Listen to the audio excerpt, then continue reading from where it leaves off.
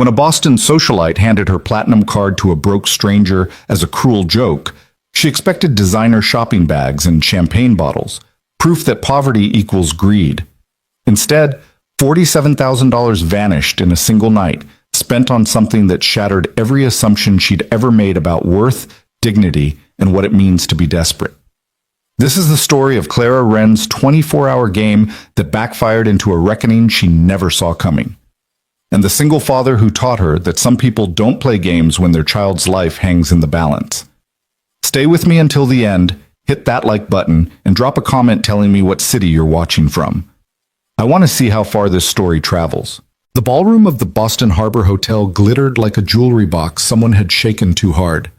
Crystal chandeliers threw fractured light across marble floors, and everywhere Clara Wren looked, she saw reflections of wealth so casual it had stopped registering as real. Women in gowns that cost what most people made in 6 months. Men in tuxedos discussing second homes in Nantucket like they were debating which sandwich to order. The charity gala, something about children's literacy, Clara thought, or maybe health initiatives, she honestly couldn't remember, was less about giving and more about being seen giving. Clara stood near the champagne fountain with her usual circle.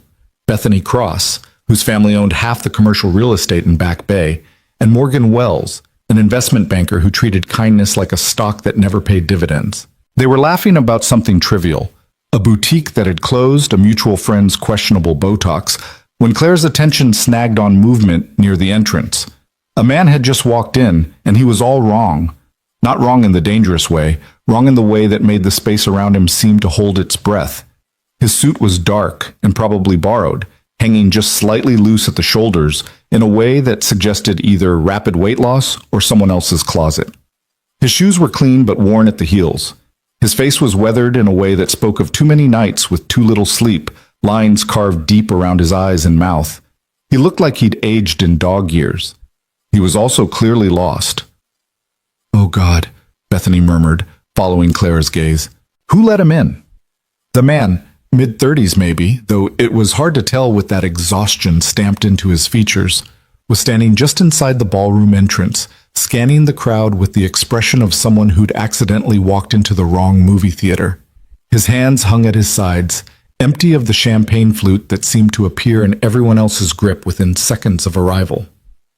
"Probably came in with one of the volunteers," Morgan said, his tone flat with disinterest. "You know they let anyone help set up these things." But Clara watched as the man approached the donation table near the entrance, the elegant setup where guests were encouraged to make meaningful contributions with a suggested minimum of $100. She watched as he reached for his wallet with the kind of careful, deliberate movement that suggested he'd already counted what was inside at least twice before leaving home. She watched as the volunteer behind the table, an older woman in pearls and a fixed smile, said something quietly. Watched as the man's shoulders went rigid, watched as he opened the wallet anyway, revealing what Clara could see even from 30 feet away was basically nothing. A few bills. Maybe $30, $40 total. The volunteer's smile never wavered, but her head shake was gentle and absolute. Not enough. The man stood there for just a moment, and Clara saw something in his face that she'd never really had to witness up close before. The specific mathematics of humiliation multiplied by exhaustion, multiplied by the bone-deep understanding that the world has already decided your worth before you open your mouth. Then he turned to leave. "Wait," Clara heard herself say. Bethany's hand touched her arm. "Clara, don't!" But Clara was already moving, champagne flute abandoned on a passing waiter's tray. She crossed the ballroom in that smooth glide that came from a childhood of cotillion classes and debutante balls. Her dress, a midnight blue thing that had cost more than most people's monthly rent, swishing against marble like a whisper. She reached the man just as he was about to push back through the entrance doors. "Excuse me." He turned, and up close Clara could see more details that told a story she'd never bothered to read before. The tiny scar above his left eyebrow, the calluses on his hands that said manual labor, not golf clubs. The way his jaw was set like he was bracing for another blow. "Yeah?" His voice was rough, Boston accent bleeding through in the flat vowels. Clara pulled her platinum card from her clutch, the one with no limit because her family's trust fund was older than most of the buildings in this city. She held it out like a business card. I saw what happened at the donation table, she said, and behind her she could feel Bethany and Morgan drifting closer, drawn by the scent of entertainment. And I think there's been a misunderstanding about generosity tonight. The man looked at the card like it might bite him.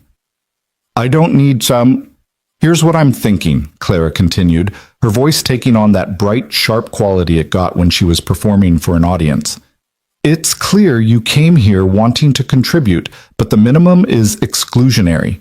So let me make you a deal, a little game, if you will. She pressed the card into his hand before he could refuse.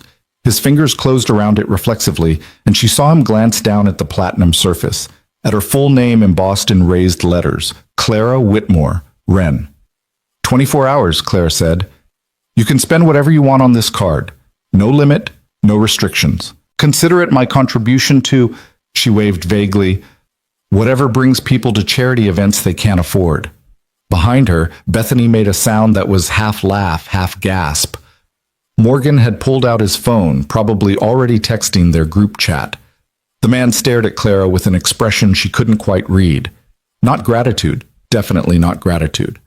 Something darker, more complicated. Like he was doing calculations in his head that had nothing to do with money. Why? He asked finally. Why not? Clara shot back.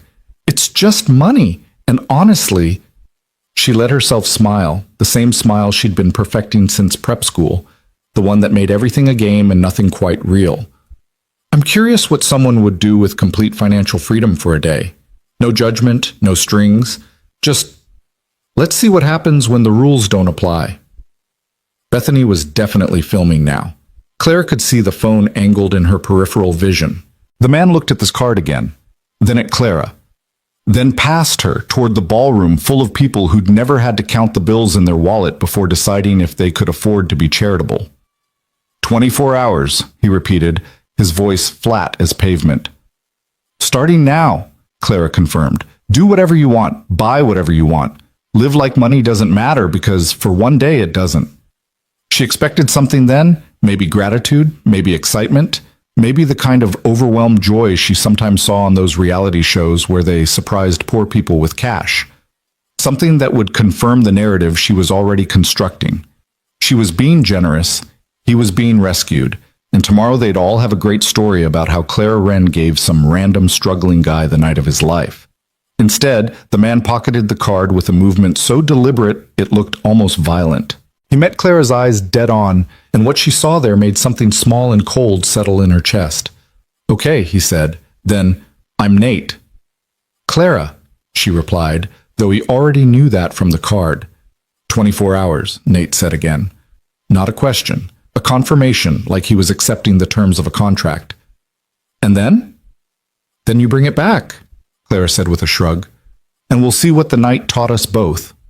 Nate nodded once, a short, sharp jerk of his chin. Then he turned and walked out of the ballroom without another word. Not toward the party, not toward the donation table, just straight out through the entrance doors and into the November cold. The doors swung shut behind him with a soft hush of expensive hinges, and Clara stood there for a moment, feeling Bethany and Morgan closing in like sharks scenting blood. Oh my God, Bethany breathed. Did you actually just... That was insane, Morgan cut in. Clara, you realize he could just max that thing out, right? What's your limit on that card? There isn't one, Clara said absently, still staring at the doors. Something about the way Nate had walked out, not rushed, not excited, just purposeful and contained like he was carrying something fragile, had left a strange taste in her mouth. Jesus Christ, Morgan said with a laugh. Well, I give him 2 hours before we see charges from every luxury store on Newbury Street. Definitely hitting the casinos, Bethany agreed. Oh God, Clara, you have to promise you'll tell us everything when you see the statement. Clara smiled, but it felt mechanical. Of course. They drifted back into the party, and Clara collected a fresh champagne flute, and the night continued in its predictable orbit of small talk and smaller concerns. But several times Clara found herself checking her phone, not for the charges yet, it was too soon, just checking, like she was waiting for something to happen. Around midnight, as the gala was winding down and people were collecting their coats and calling cars, Claire's phone finally buzzed with a notification from her bank's app. She opened it, expecting to see something from a restaurant or a bar. Maybe Nate had taken someone out for a nice dinner, or maybe he was drinking expensive whiskey somewhere and feeling temporarily rich. The notification loaded. Clara stared at the screen. Then she refreshed it, certain there had been some kind of error. The number didn't change. Transaction approved, $47,238. Boston Children's Hospital. Medical payment. What the fuck? Clara whispered. Nate Harper had stopped feeling the cold about 3 years ago, right around the time he'd learned that human bodies could survive on 4 hours of sleep if you taught yourself to dream while you were walking. He stood outside the Boston Harbor Hotel, platinum card burning a hole in his jacket pocket, and let the November wind cut through the borrowed suit like it was making a point. Behind him, the ballroom glowed like a spaceship that had landed in the wrong city. Ahead of him, across the street and down toward the waterfront, the real Boston sprawled out in all its messy, expensive, and different glory. 24 hours. Nate pulled out his phone, a 3-year-old model with a cracked screen protector, and checked the time. 8:47 p.m. Which meant he had until 8:47 p.m. tomorrow night to either change his life or confirm every assumption that woman had made about him. Clara. Clara Whitmore Wren, according to the card. He'd seen the way she smiled when she handed it over. Seen the way her friends had circled closer, phones out, ready for a show. Seen exactly what this was. A game. A rich girl's entertainment. Proof of concept that people like Nate, people who showed up to charity events in borrowed suits with empty wallets, were exactly what people like her suspected. Greedy, reckless, temporarily embarrassed millionaires who'd blow through cash the second someone gave them access. Nate had seen the trap, recognized it, and taken the card anyway. Because Mia needed medicine. Because the eviction notice was sitting on his kitchen table. Because pride was a luxury he'd stopped being able to afford around the same time he'd stopped feeling the cold. He walked. Not toward Newbury Street with its designer stores and its assumption that money equals shopping. Not toward any casino or bar or restaurant where he might perform the role Clara expected. He walked toward the Orange Line station, fishing his Charlie card from his wallet with hands that had stopped shaking somewhere around the third medical bill. The subway smelled like metal and old coffee and humanity pressed too close together. Nate found a seat between a nurse still in scrubs and a kid with headphones leaking tinny music. Nobody looked at him.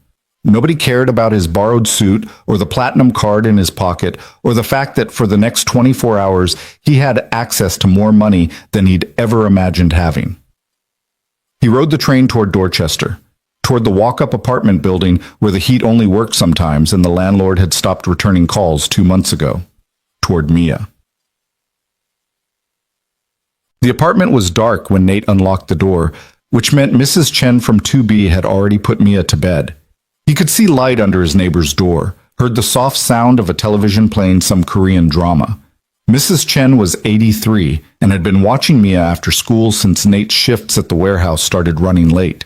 He paid her what he could, and she accepted it with the kind of dignity that came from understanding exactly how many different types of broke existed in the world. Nate knocked softly. Mrs. Chen opened the door, already wearing her nightgown, her face creasing into familiar concern when she saw him. "You look tired," she said, which was what she said every night because it was always true. "Long day," Nate agreed. "She okay? Sleeping good? Ate all her dinner? Did her breathing exercises?" Mrs. Chen's English was thickly accented but precise. She'd been a nurse in Seoul before immigrating 30 years ago, and she watched Mia's health with an attention that made Nate's chest tight with gratitude he could never adequately express. "Thank you," Nate said, handing her $40, the last cash from his wallet. "I know it's not—" Mrs. Chen waved him off. "You pay when you can. She's good girl. Easy to love." Nate felt his throat close up, which was happening more and more lately, this sudden ambush of emotion over simple kindness. He nodded because words felt impossible, and Mrs. Chen patted his arm and shuffled back into her apartment. Nate let himself into 3A. The apartment was exactly as he'd left it. Tiny, dim, held together with determination and desperation in roughly equal measure. Kitchen table buried under bills and medical statements. Couch with the broken spring that Nate had learned to avoid. Mia's backpack by the door, carefully organized because she was 8 years old and already knew that chaos had consequences. He moved quietly through the main room toward the bedroom, barely bigger than a closet, where Mia slept. She was curled on her side, small for 8, her breathing soft and even in the way that always made Nate stop and listen for several seconds, just to be sure. Her dark hair was spread across the pillow in tangles that she'd let him braid tomorrow morning. Her nightlight, a cheap plastic thing shaped like a star, cast gentle shadows across her face. She looked peaceful. She looked healthy. She looked like every single thing that mattered in Nate's entire world. Nate stood in the doorway and watched her breathe and thought about the platinum card in his pocket and felt something that might have been rage or might have been grief or might have been the specific exhaustion that came from loving someone so much that your own life stopped mattering. Mia had been born with a congenital heart defect, something with ventricles and valves that Nate had learned to pronounce correctly only after the second surgery. Her mother, Sarah, had died during that surgery. Complications, they'd said. Rare, they'd said. "I'm so sorry," they'd said, and then they'd handed him a newborn with a fragile heart and a bill that would take 3 lifetimes to pay. That was 8 years ago. Since then, Nate had worked every job he could find that offered flexibility for a single father. Warehouse shifts, night security, a brief terrible stint in a call center that had him sobbing in his car during lunch breaks. None of them offered health insurance. All of them barely covered rent. Mia needed regular cardiology appointments at Boston Children's Hospital. She needed medications, 3 different prescriptions that kept her stable. She needed to avoid stress, avoid too much physical exertion, avoid anything that might trigger the arrhythmias that had already landed her in the emergency room twice this year. She needed her father to keep her alive. And Nate was failing. The medical debt had hit $180,000 last month. The hospital had been patient, more patient than he deserved, but patience had limits. They'd started talking about payment plans, about collections, about all the polite ways the system had of saying you're drowning and we're not throwing you a rope. The rent was 3 months behind. The eviction notice was dated for next week. The electricity bill had a cutoff warning. Mia's medications were running low, and the pharmacy wouldn't refill without payment. And tonight, some woman in a $10,000 dress had handed him a card with no limit and told him to have fun. Nate pulled out his phone and sat at the kitchen table, moving bills aside to make space. The platinum card gleamed under the single overhead light that still worked. He turned it over in his hands, reading Clara's name again, thinking about her smile and her friends' phones and the way she'd said it's just money, like that phrase meant the same thing to both of them. He opened his laptop, a machine so old it took 3 minutes to wake up from sleep mode, and logged into his bank account. His checking balance was $127.83. His savings account, which used to exist, no longer did. Then he opened a new browser tab and went to Boston Children's Hospital's payment portal. He'd been staring at the screen for months, looking at the outstanding balance that grew every time Mia needed care, looking at the minimum payment requirements that might as well have been asking for the moon. He pulled out the stack of bills from the table and started calculating. Medical debt, $180,000 in total, but the hospital would settle the most urgent portion, the stuff currently in collections, for $47,238. Back rent, $4,200 for 3 months plus late fees. Electric bill, $340, with a cutoff scheduled for next Monday. Gas bill, $210. Medications, $680, for a 3-month supply of all 3 prescriptions. Groceries, maybe $200 for basics that would last them through December. Nate sat there with a pen and paper, doing the math 3 times to make sure. His handwriting looked shaky even to himself. Total, $52,168. He had 24 hours and a card with no limit. He could save his daughter's life. Or he could do what Clara expected, blow it on stupid shit, confirm her assumptions, prove that poor people couldn't be trusted with money. Nate almost laughed, except nothing was funny. He thought about Sarah, who'd been a nurse before Mia was born, who'd believed in people even when they didn't deserve it. He thought about what she'd say if she could see him now, sitting in a crumbling apartment with a rich woman's credit card and a choice that wasn't really a choice at all. She'd tell him to save their daughter. She'd tell him pride was expensive. She'd tell him to take the gift and use it and deal with the consequences later.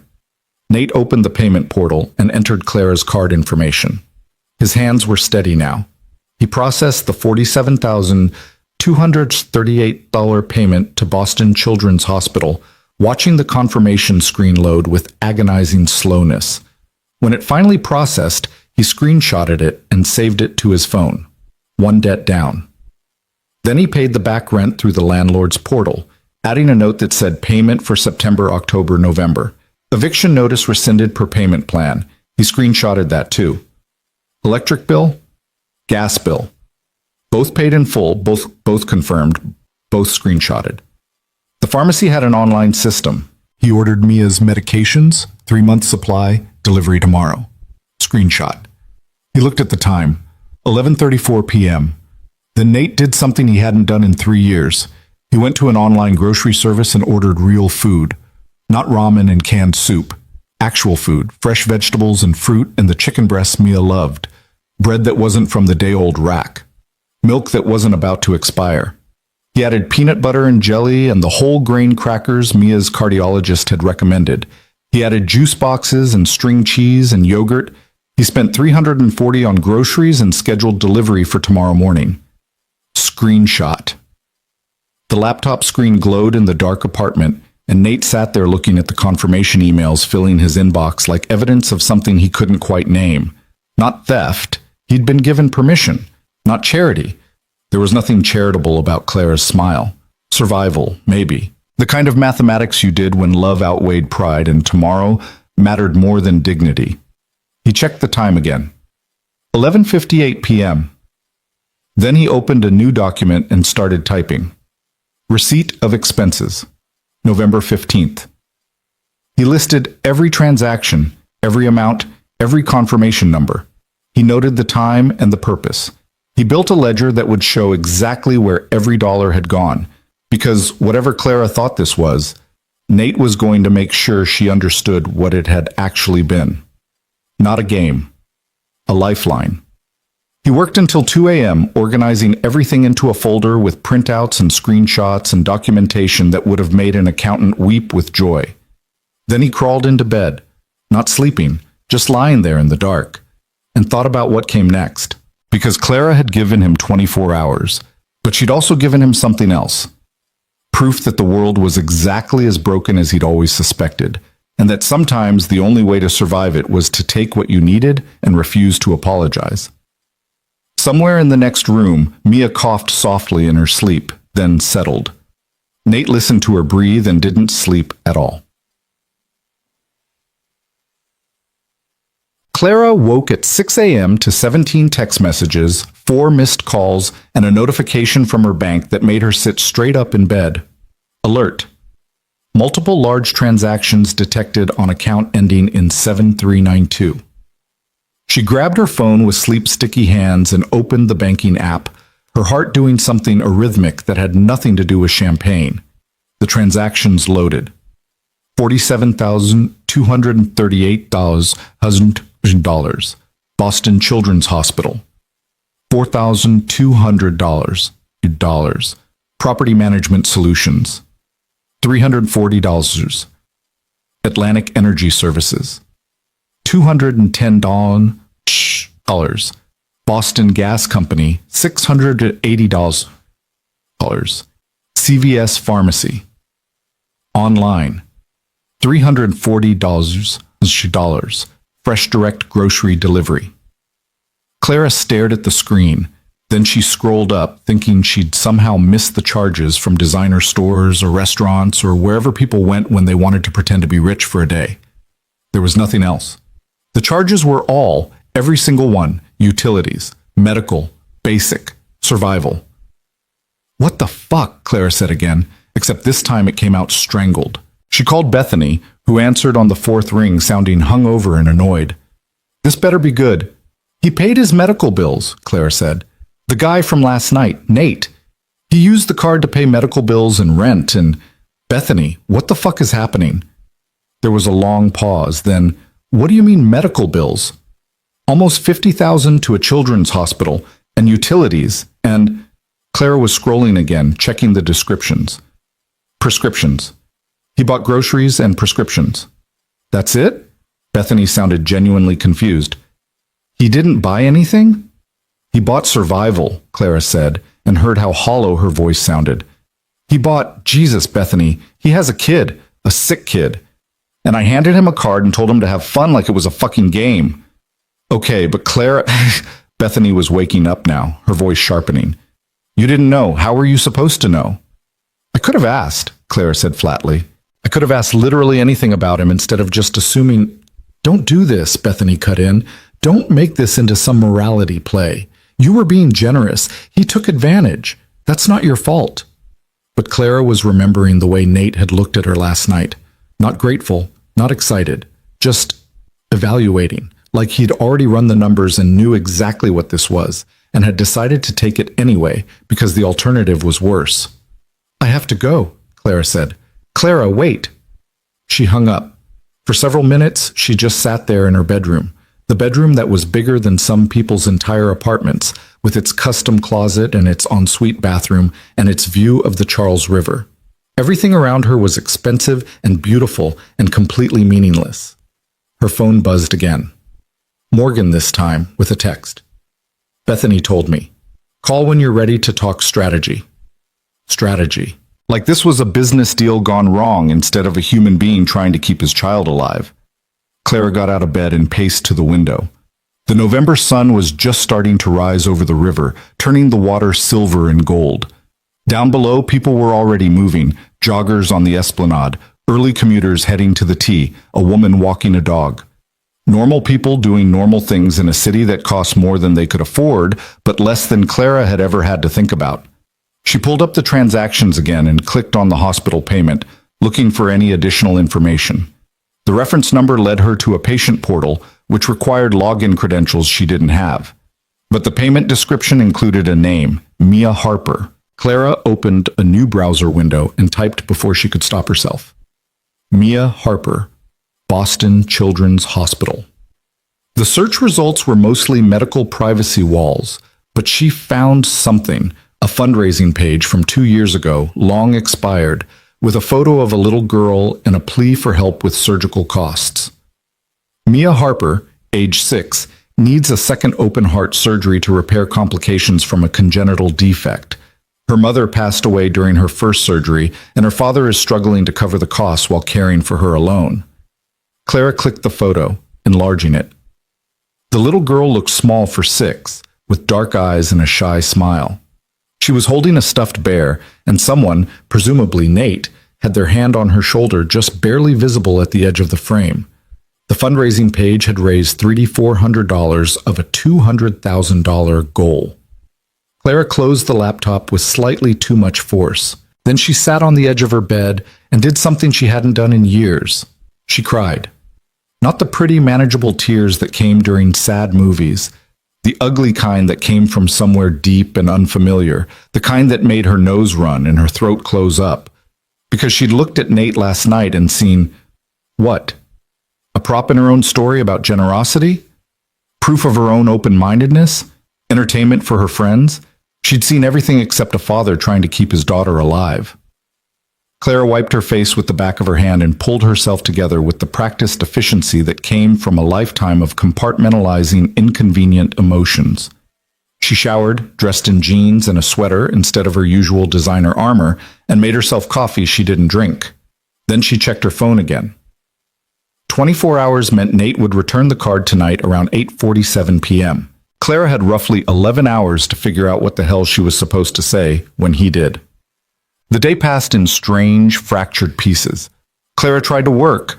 She had a token job at her family's investment firm, the kind of position that was more about letterhead than labor, but couldn't focus. She answered emails without reading them. She attended a conference call without hearing it. She kept checking her phone, waiting for more charges, but nothing came. Just those same 6 transactions: medical, rent, utilities, medication, groceries, the bare minimum to survive. Around 3 p.m., she gave up pretending to work and drove. Not anywhere specific at first, just driving through Boston in a Range Rover, another gift from her parents, Another thing she'd never had to save for, or sacrifice for, or even think about. She drove past Faneuil Hall and across the river into Cambridge, then looped back down through the South End. She ended up in Dorchester without quite meaning to. The neighborhood was quieter than the city center, more residential, the kind of place where triple-deckers lined the streets and people actually knew their neighbors' names. Clara parked and walked, feeling conspicuous in her expensive jacket and designer boots. She had no idea where Nate lived, no idea what she'd say if she found him, no idea what she was even doing here except that sitting in her apartment pretending this wasn't happening had become impossible. A small grocery store on the corner had a window display advertising check cashing services and EBT acceptance. Clara had never thought about what those signs meant, just background noise in neighborhoods she drove through without seeing. Now they felt like indictments. She bought a coffee at a bodega where the guy behind the counter looked at her like she'd wandered in from another planet. Maybe she had. Around 6 p.m., as the sun was setting and the temperature was dropping, Clara drove back to her apartment in the seaport. The building had a doorman and a gym and a rooftop terrace with heat lamps. Her apartment had heated floors and smart home integration and a refrigerator that cost more than 3 months of someone's rent. She sat on her couch and waited. The card was still out there. Still had 3 hours left before the game ended. Clara thought about calling Nate, but she didn't have his number. Thought about going to the hospital, but that felt invasive and creepy. Thought about just waiting until he returned the card and pretending this had all been fine. Actually, everyone had gotten what they wanted. Except she couldn't pretend anymore. At 8:30 p.m., her building's front desk called up. "Ms. Wren, there's a Nathan Harper here to see you." Clara's stomach dropped. "Send him up." She stood, suddenly unsure what to do with her hands, smoothed her hair, considered changing clothes, then realized how insane that was. She was standing in her living room trying to compose herself when the knock came. Clara opened the door. Nate stood in the hallway, still wearing the borrowed suit from last night, looking like he'd been awake for 36 hours straight. His eyes were red-rimmed but clear. His jaw was set in that same careful way, like he was holding something breakable. "Hi," Clara said, and her voice came out strange. 24 hours are up," Nate said. He held out the platinum card, and Clara saw that his hand wasn't shaking at all. "I'm returning it, as agreed." Clara took the card, and her fingers brushed his for just a second. His hands were cold. "Come in," she said. "Please." Nate hesitated, then stepped inside. He stood just inside the doorway, careful not to track anything onto her floor, and looked around her apartment with an expression Clara couldn't read. She saw him taking it in, the space, the view, the furniture that was carefully curated to look casual while costing a fortune. She saw him doing the same mathematics he'd probably been doing his whole life, calculating the distance between his world and hers. "Nice place," he said finally. "Nate," Clara started, then stopped because she had no idea what came next in this sentence. "I saw the charges." "I figured you would." He reached into his jacket and pulled out a folder. "I documented everything, every transaction, every confirmation number. Here." He held out the folder, and Clara took it on autopilot. She opened it and saw the same compulsive organization she'd seen in the transaction list, printouts and screenshots and notes in handwriting that looked like it had been carved rather than written. "You didn't have to," Clara began. "Yeah, I did," Nate cut in, his voice flat. "You gave me a card and told me to spend whatever I wanted. I wanted to be clear about what I spent it on, so there's no confusion later about theft or fraud or whatever story you need to tell." Clara felt something twist in her chest. "I wasn't going to... Nate, I don't think you stole anything." "No?" He looked at her directly, and Clara saw that careful control starting to crack. "Because last night, you thought I'd spend it on shopping sprees and bottle service. You thought you'd get a good story about the poor guy who couldn't handle money. You handed me that card like I was a fucking social experiment." "You're right," Clara said, and watched surprise flicker across his face. "You're absolutely right. I made assumptions about you based on nothing except the fact that you couldn't afford the donation minimum. And I'm sorry." Nate stared at her. "You're sorry?" "Yes." "For what exactly?" For being generous? For giving me money? His voice was getting harder, sharper. Because from where I'm standing, you gave me exactly what I needed. You just thought it would play out different. I thought it was a game, Clara said quietly. I thought it would be fun. It wasn't, Nate said. Then more quietly, wasn't fun at all. They stood there in her expensive entryway, and the silence stretched out between them like something physical. Finally, Clara said, "The little girl, Mia, that's your daughter." Nate's whole body went rigid. "How do you—" "The hospital payment had her name. I looked her up. I'm sorry, I shouldn't have—" "No," Nate said. "You shouldn't have." "Is she okay?"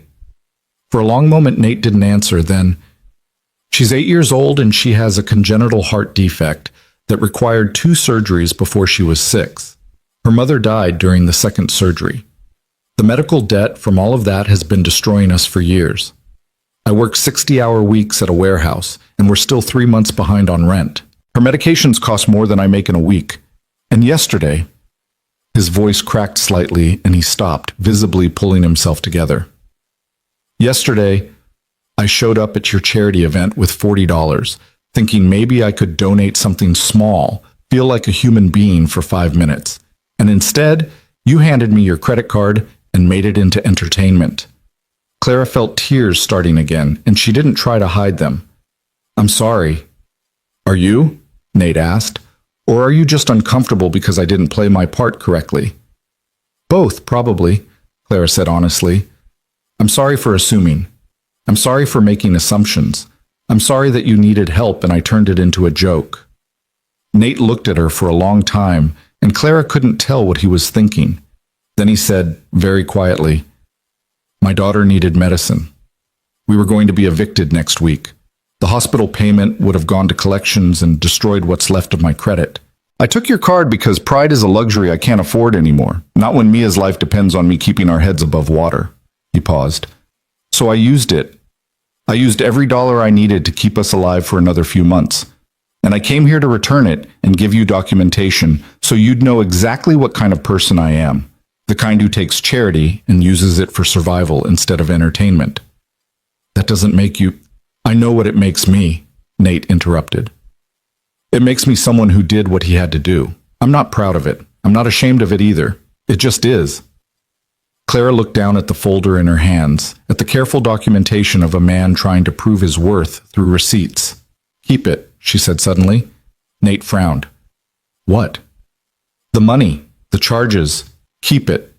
Consider it—" She stopped, trying to find words that wouldn't sound condescending.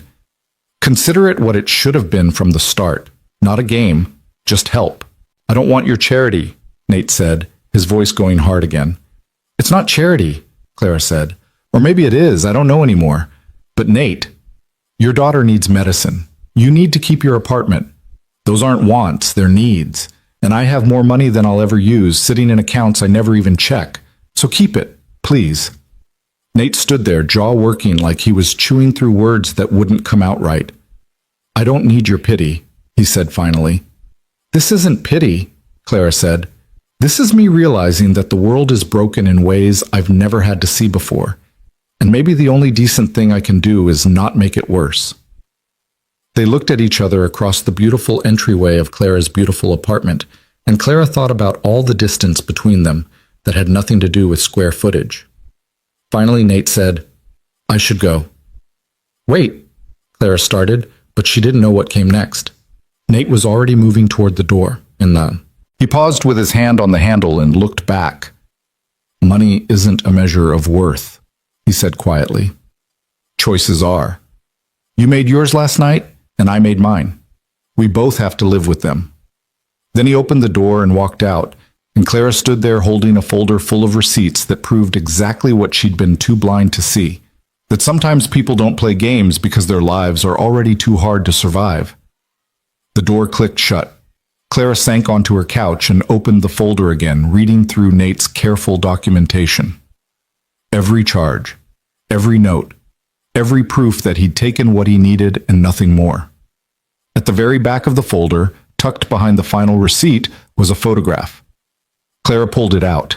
It was the same image from the fundraising page, but printed on actual photo paper, the edges slightly worn like someone had been carrying it around for a while.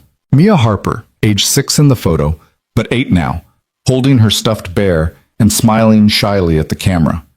On the back, in Nate's carved handwriting, Mia's mother died during her second heart surgery, the same crisis that buried us under debt and grief. Your joke paid for 3 months of stability. I don't know if that was your intention, but that's what it did. Clara held the photograph and cried properly this time, the kind of crying that came from understanding how much of the world she'd never had to see and how little she'd done with everything she'd been given. Outside her window, Boston glittered with lights from 1,000 windows, each one holding stories she'd never know, struggles she'd never face, choices she'd never have to make. She sat there until the tears stopped, holding the photo of a little girl she'd never met whose life she'd accidentally helped save. And she thought about what came next. Clara didn't sleep that night. She lay in her bed staring at the ceiling, Mia's photograph on the nightstand where it caught the ambient light from the city outside. Every time she closed her eyes, she saw Nate's face in her doorway, exhausted, guarded, holding that folder like evidence at a trial where he was both defendant and prosecutor. Money isn't a measure of worth. Choices are. By 6 a.m., Clara had made a decision. Not the kind of decision that felt good or noble or like the start of a redemption arc. Just a decision that felt necessary, the way breathing was necessary. She got up, showered, and dressed in the kind of clothes she used to wear before her life became a performance. Jeans, a plain sweater, boots that were practical rather than statement pieces. Then she made coffee, actually drank it this time, and opened her laptop. The folder Nate had left was still on her coffee table. Clara picked it up and went through it again, more carefully now, reading every notation and confirmation number, like she was studying for an exam. The medical payment had a patient account number. The rent payment listed an address in Dorchester. The pharmacy order showed a delivery confirmation for that same address. Clara opened Google Maps and typed in the address, 847 Talbot Avenue, Unit 3A. The street view showed a tired 3-story building with peeling paint and bars on the first-floor windows. Not dangerous looking, just worn down by decades of weather and deferred maintenance. The kind of building where landlords collected rent but didn't fix heat. Clara sat there looking at the screen, at this building where Nate and Mia lived their entire lives, in a space probably smaller than her bedroom. Then she picked up her phone and called someone she hadn't spoken to in years. Her father answered on the 3rd ring, his voice already impatient because it was barely 7 in the morning, and Marcus Wren didn't appreciate social calls during business hours, which for him started at 5 a.m. Clara, what is it? I need information about a property, Clara said, skipping pleasantries because her father had never cared for them anyway. 847 Talbot Avenue in Dorchester. Who owns it? There was a pause. Why? Does it matter? It does if you're planning something impulsive. Her father's voice carried that familiar tone of mild disapproval he'd perfected over decades of watching Clara drift through life without purpose. What's this about? Clara closed her eyes. I met someone, a tenant in that building. I want to know who owns it and whether it's part of any portfolio we work with. We don't typically deal with properties in that price range, her father said, but she could hear him typing in the background. But let me check our databases. Hold on.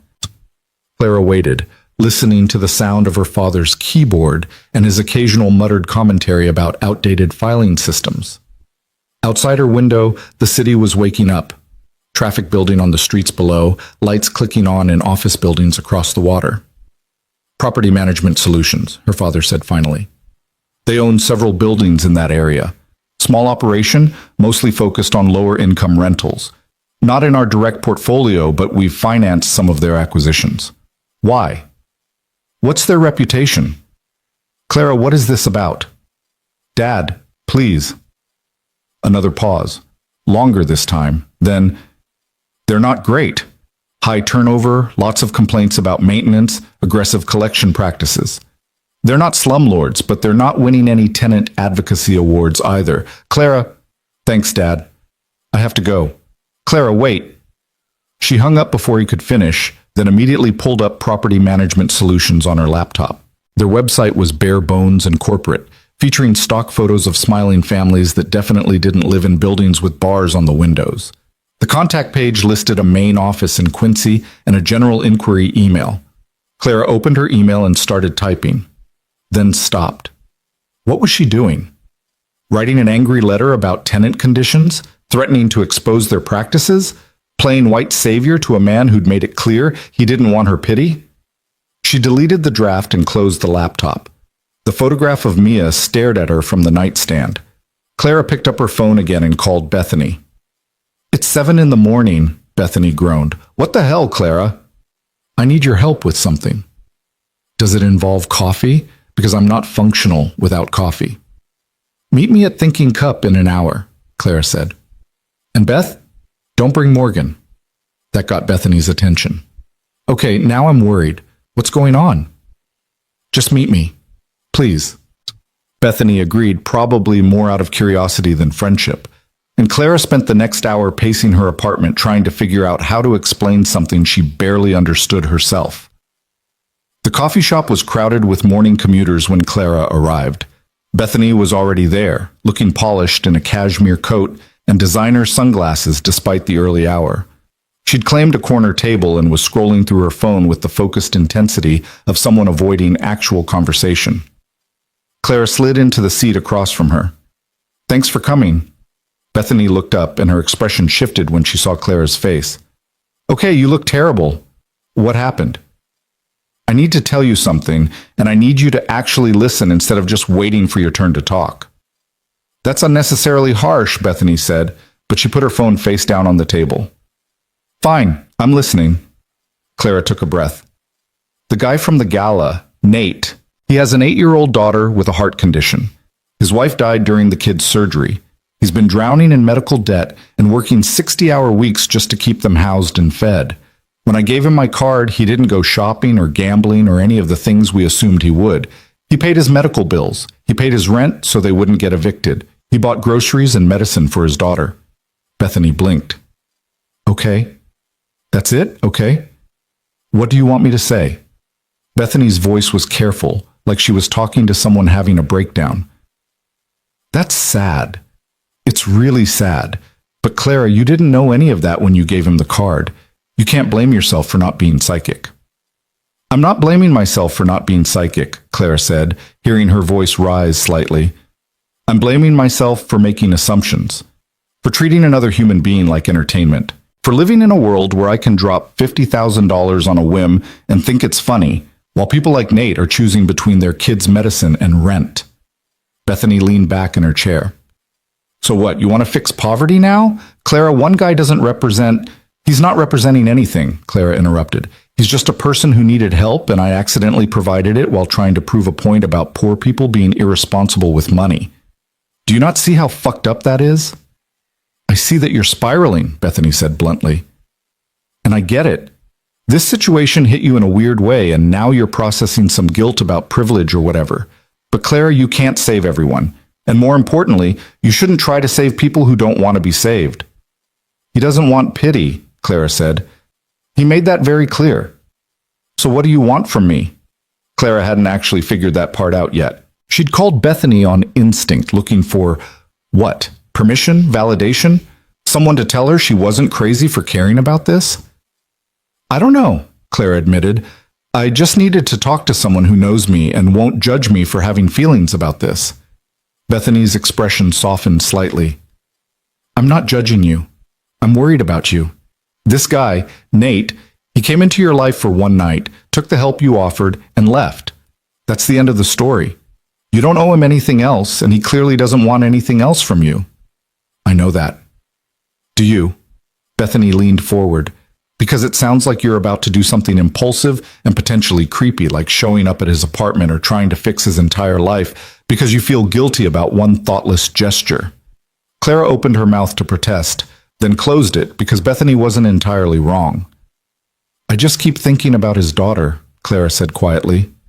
"Mia, she's 8 years old and she has a heart condition, and she's depending on her father to keep her alive, and he's one missed paycheck away from losing everything. That's not hypothetical. That's their actual life." "And that's terrible," Bethany agreed. "But Clara, you already helped. You paid his bills. You gave him breathing room. That's more than most people would do. Is it, though? Clara looked at her friend. Or is it just the bare minimum of human decency? Bethany sighed. I don't know how to answer that in a way that won't make me sound like an asshole. Try anyway. Fine. Bethany's voice went flat. Most people in our position wouldn't have noticed him at all. They wouldn't have given him the card, wouldn't have thought twice about some random guy at a charity event. You noticed, you engaged, you helped, even if your initial motivation was fucked up. That counts for something. Does it? Clara, I love you, but you're being kind of exhausting right now. Bethany picked up her phone, then set it down again. Look, if you want my honest opinion, let this go. You did a good thing, even if you did it for complicated reasons. Take the win and move on. Clara stared at her coffee. I don't think I can. Why not? Because... Clara struggled to find words. Because I looked at that man and saw nothing. I saw a costume, a character, a convenient prop for my own story about how generous I am. And he saw me seeing that, and he took my money anyway because his daughter's life mattered more than his pride. That's not something I can just move on from. Bethany was quiet for a moment. Then, what are you going to do? I don't know yet. Well, when you figure it out, try not to make it weird. They finished their coffee in relative silence, and Clara left feeling more confused than when she'd arrived. Bethany meant well, she always meant well, but there was a fundamental disconnect in how they saw the world. For Bethany, Nate was a problem that had been solved. For Clara, he was a person who'd revealed how little she actually understood about the city she lived in. Clara drove without destination for a while, eventually finding herself back in Dorchester. She didn't go to Nate's building, that would have been crossing a line, but she drove through the neighborhood, really looking at it for the first time. The bodegas with signs in 3 languages, the churches that doubled as community centers, the families waiting at bus stops in the cold, the buildings that looked like they were held together by determination more than maintenance. This was Boston, too. Not the Boston she knew, with its waterfront condos and boutique coffee shops and rooftop bars.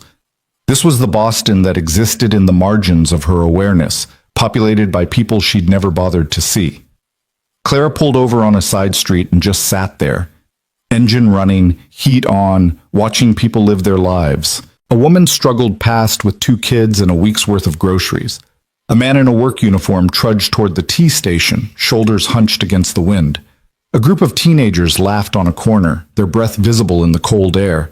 Normal people doing normal things in a city that charged them more than they could afford for the privilege of survival. Clara's phone buzzed with a text from her father. We need to talk about this morning's call. Dinner tonight? She ignored it.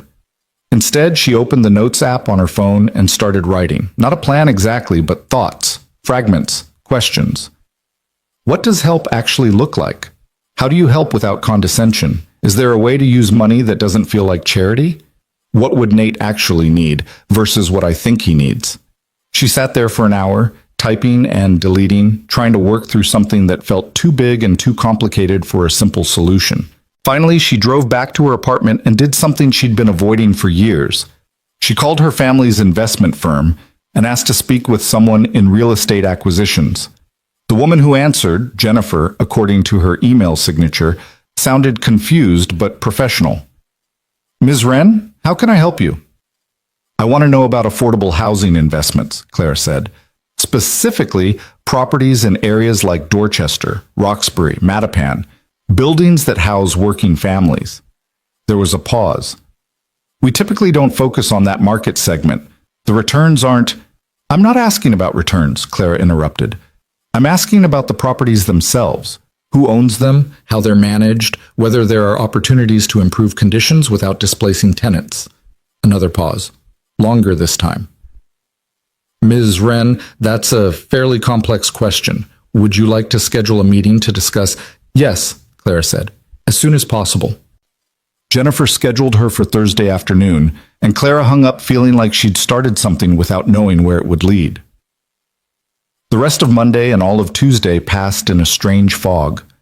Clara went through the motions of her normal life, responded to emails, attended a yoga class, had dinner with her mother, who spent 90 minutes talking about the upcoming holiday season without once asking Clara how she was doing.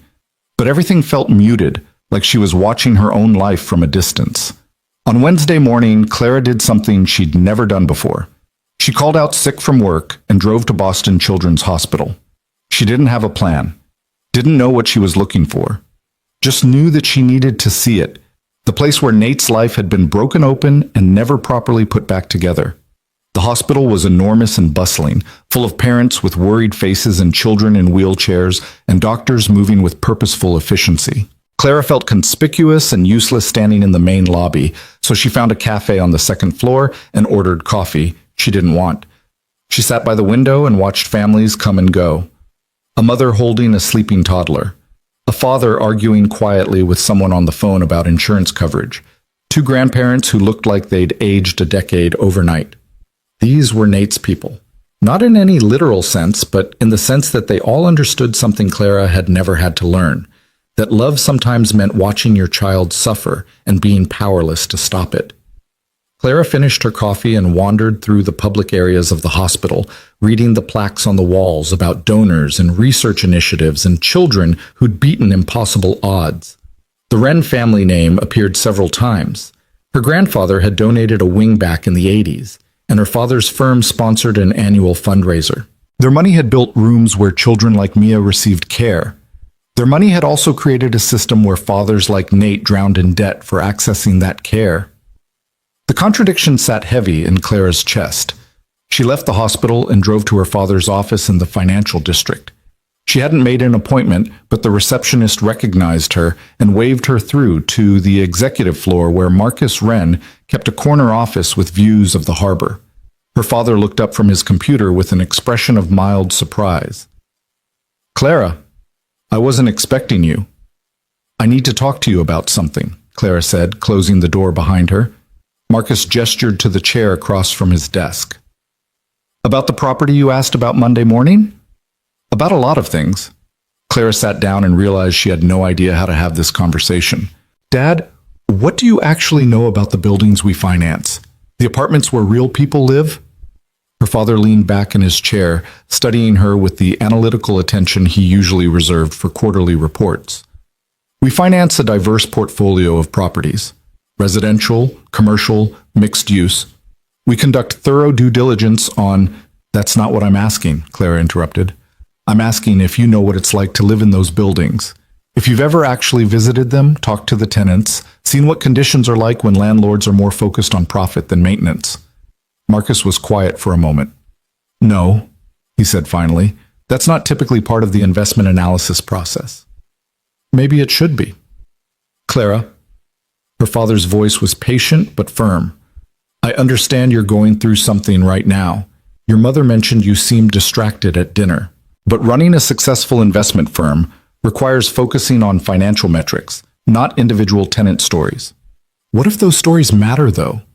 Clara leaned forward. "What if the reason we make money is because we're financing buildings where people live in conditions we'd never accept for ourselves?" "That's a considerable oversimplification." "Is it?" Clara felt her voice rising. "Because I met someone who lives in one of those buildings and he's working 60 hours a week and still can't afford to keep his kid healthy and housed. That's not theoretical. That's real." Marcus studied her for a long moment. "This is about the man from your charity event." "Mom told you?" "Your mother tells me everything." He sighed. "Clara, I'm glad you helped someone in need. That's admirable. But you can't let one encounter reshape your entire worldview." "Why not?" "Because—" Her father stopped, seeming to search for words. "Because the world is more complicated than individual acts of kindness. The economic systems that create wealth and opportunity also create inequality. That's unfortunate, but it's not something you can fix by feeling guilty about privilege." "I'm not trying to fix anything," Clara said. "I'm trying to understand it." "To what end?" Clara didn't have an answer for that. She sat there in her father's expensive office, looking at the man who'd given her everything and taught her nothing about what any of it cost. "I have a meeting with Jennifer from Acquisitions tomorrow," Clara said finally. "About affordable housing investments." Marcus raised an eyebrow.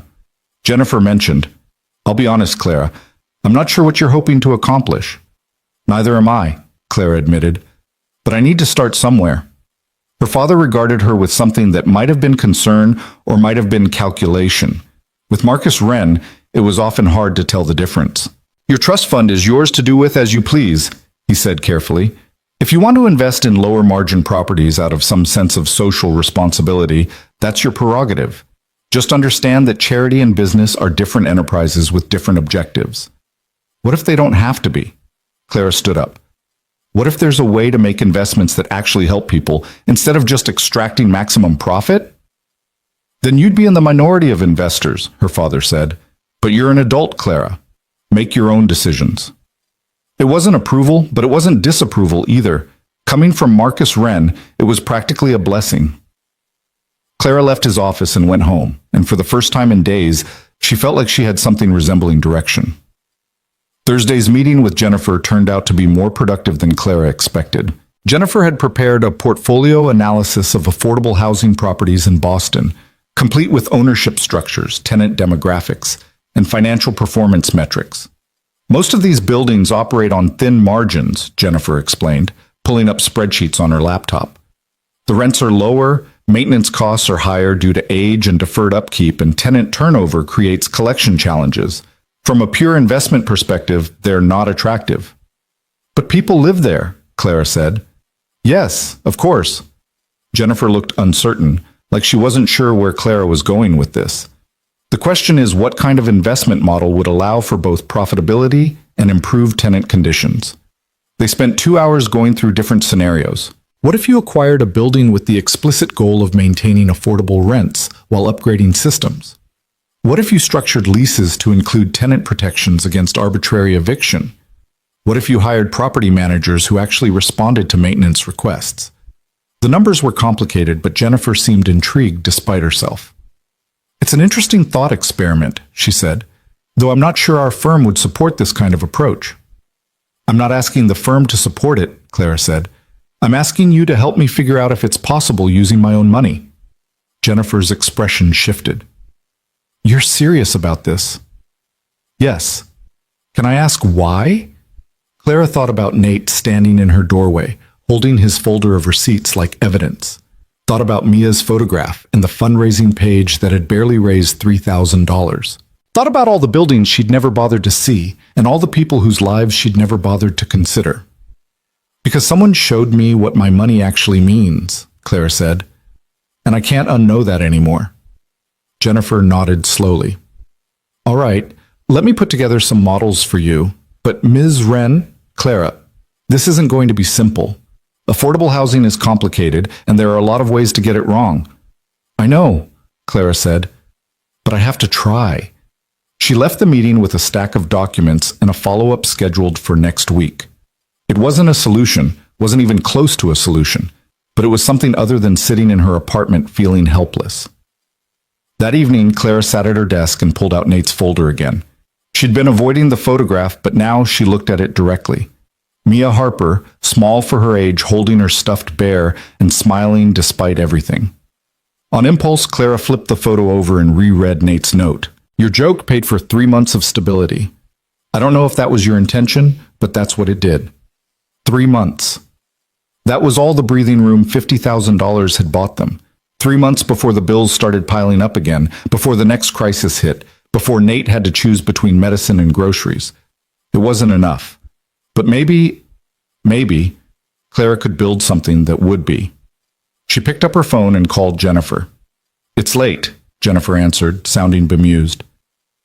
I know, quick question. That building in Dorchester I asked my father about.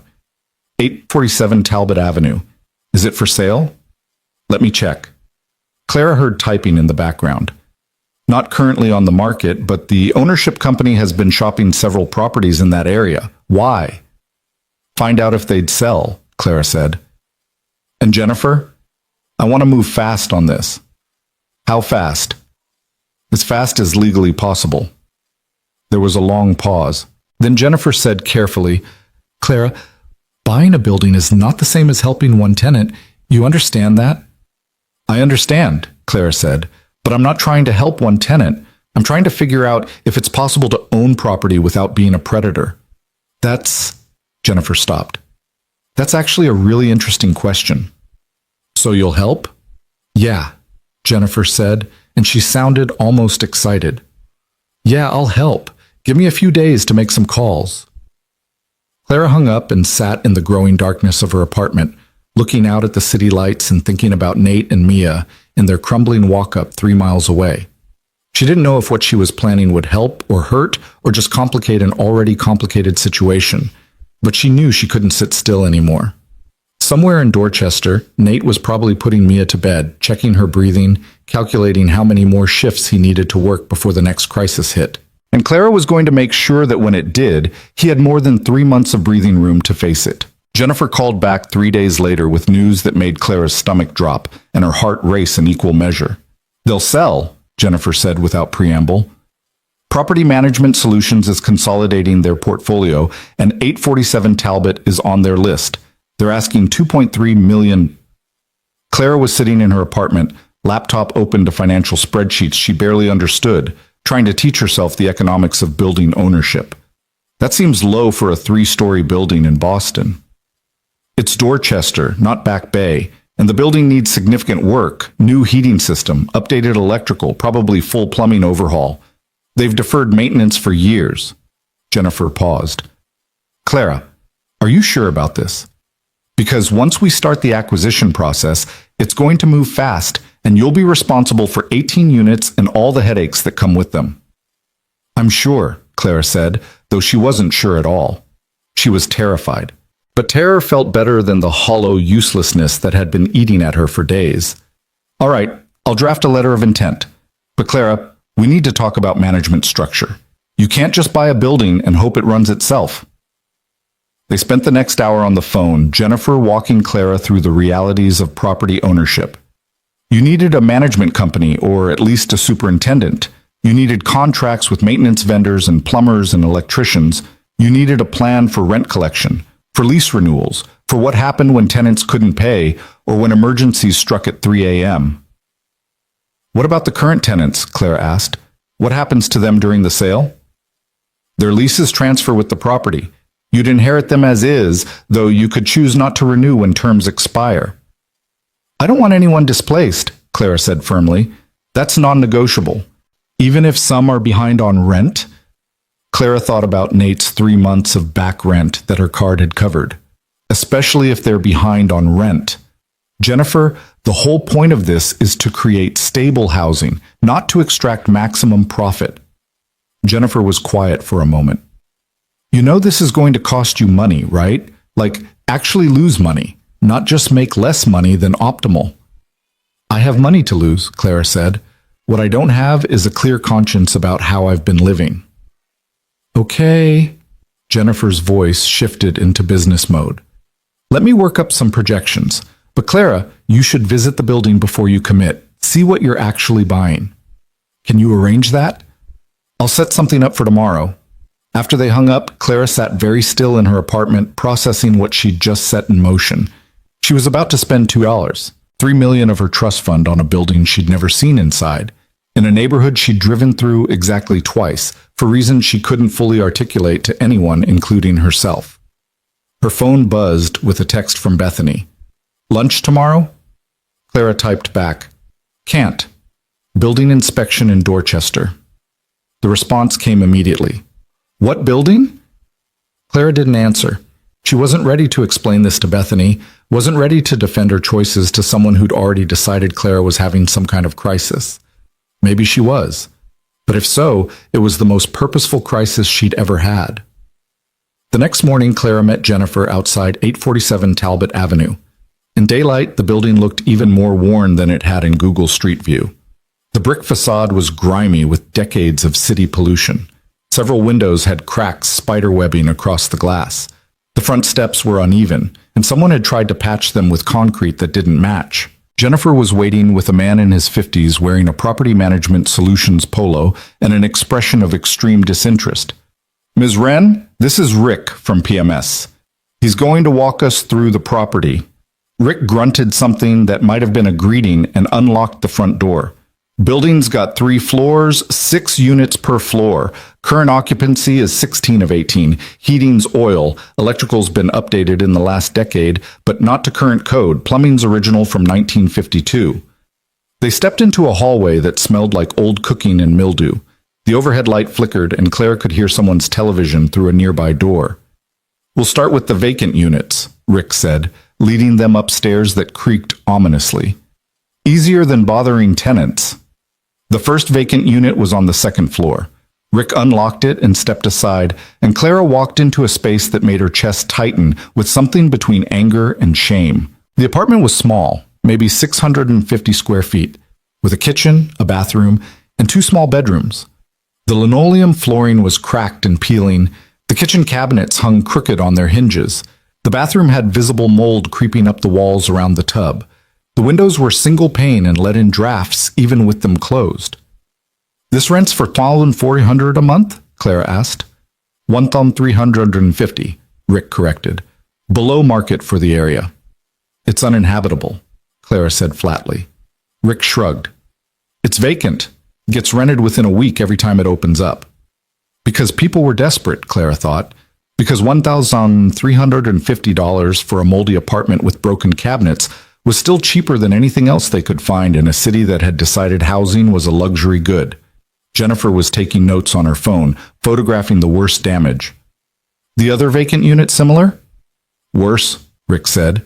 Ceiling leak that hasn't been fixed yet. They toured it anyway, and Rick was right. It was worse.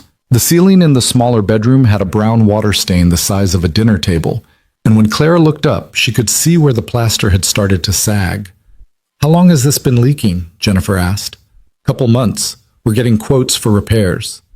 You're getting quotes, Claire repeated, her voice dangerously flat. The ceiling is about to collapse, and you're still getting quotes. Rick's disinterest finally cracked into defensiveness. Look, lady, we manage 40 buildings. We prioritize based on severity, and a ceiling about to fall on someone isn't severe? No one's living here, Rick shot back. That's why it's vacant. We pulled the tenant out when the leak started. And put them where? Rick shrugged. Not my department. Clara looked at Jennifer, who was very carefully keeping her expression neutral. Can we see occupied units? We'd need to give notice. I own this building as of tomorrow, Clara interrupted, which wasn't technically true but felt true enough. I want to see what conditions my tenants are living in. Rick made a call, had a terse conversation with someone, then led them to the 3rd floor. He knocked on 3A, and Clara's heart stopped when she realized what unit this was. Nate's apartment. The door opened and an elderly Korean woman stood there, regarding them with polite suspicion. Yes? Mrs. Chen, sorry to bother you, Rick said in a tone that suggested he wasn't sorry at all. New potential owner wants to see some units. Can we look at 3A? Mrs. Chen's eyes narrowed. Mr. Harper is at work. I watched the baby. We don't need to go in 3A, Clara said quickly. We can see other units. But Mrs. Chen was already opening her own door wider. You want to see what building is like? See mine. I live here 30 years. They stepped into an apartment that was almost identical in layout to the vacant ones, but transformed by decades of careful living. The floors were covered in clean rugs. The kitchen was spotless despite the old appliances. Plants lined the windowsills, and photographs covered every available wall surface. It was also freezing cold. Heat doesn't work again, Mrs. Chen said matter-of-factly. I call 4 times. They say they come fix. No one comes. Clara looked at Rick, who suddenly found the ceiling very interesting. How long has the heat been out? Jennifer asked, still taking notes.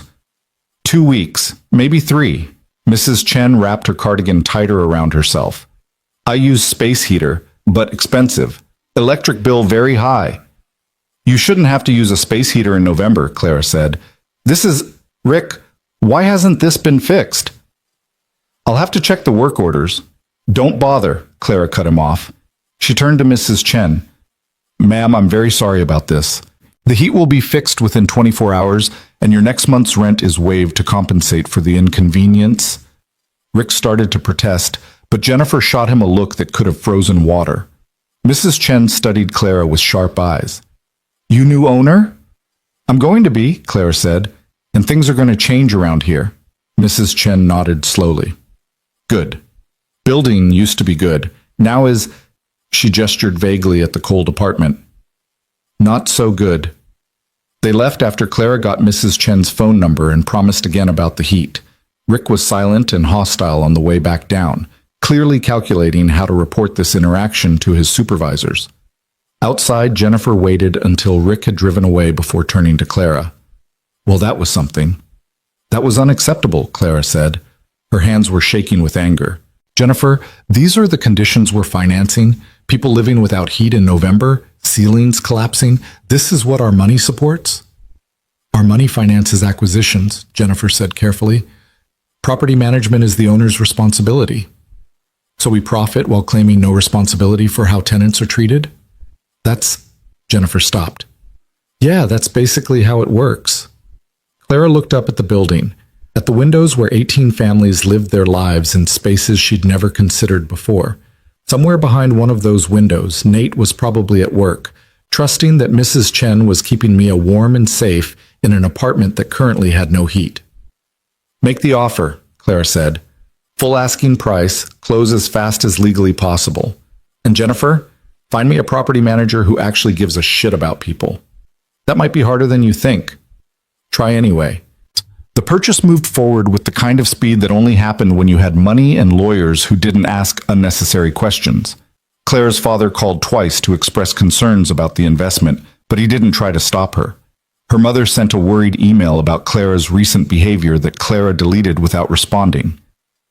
Bethany stopped asking questions after Clara gave her a look that promised future explanation, but not current discussion.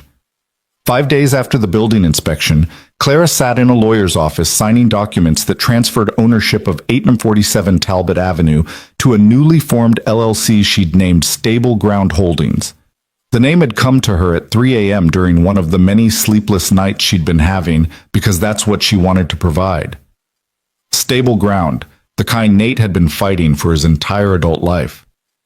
Congratulations, the lawyer said when the last signature was complete. You're now a landlord. Clara looked at the deed, at her name on the ownership documents, and felt the weight of 18 families settling onto her shoulders. What's next? She asked Jennifer, who'd been present for the entire closing. We need to address immediate issues. The heating system is my biggest concern. It's barely functional and winter's coming. Then the electrical needs upgrading, plumbing inspection, roof evaluation. Jennifer had prepared a comprehensive list. And we need to notify tenants about the ownership change. Do we have to? Legally, yes. New owner, new lease terms potentially, new management structure. You can't just secretly buy the building where someone lives. Clara thought about Nate, about his careful documentation and his refusal of pity, about how he'd react to learning that the woman who'd turned him into a social experiment now owned his home. He's going to be furious, Clara said quietly. Jennifer looked confused. Who? One of the tenants, Unit 3A. Clara stopped, not sure how to explain. We have a complicated history. Complicated how? I'll tell you later. How soon do we need to send the notification? Within 30 days of closing, but Clara, the sooner the better. Rumors spread in buildings like this, and you want people to hear the truth from you, not secondhand speculation. Clara nodded, already dreading the conversation she knew was coming. Okay, draft something and send it to me for approval. The notification letter Jennifer prepared was professional and reassuring, explaining the ownership change and promising that all existing leases would be honored, no rent increases were planned, and building improvements would begin immediately. Clara read it 3 times, made minor edits, and finally approved it for distribution. The letters went out on a Tuesday. Wednesday afternoon, Clara's phone rang from an unknown number. She answered without thinking.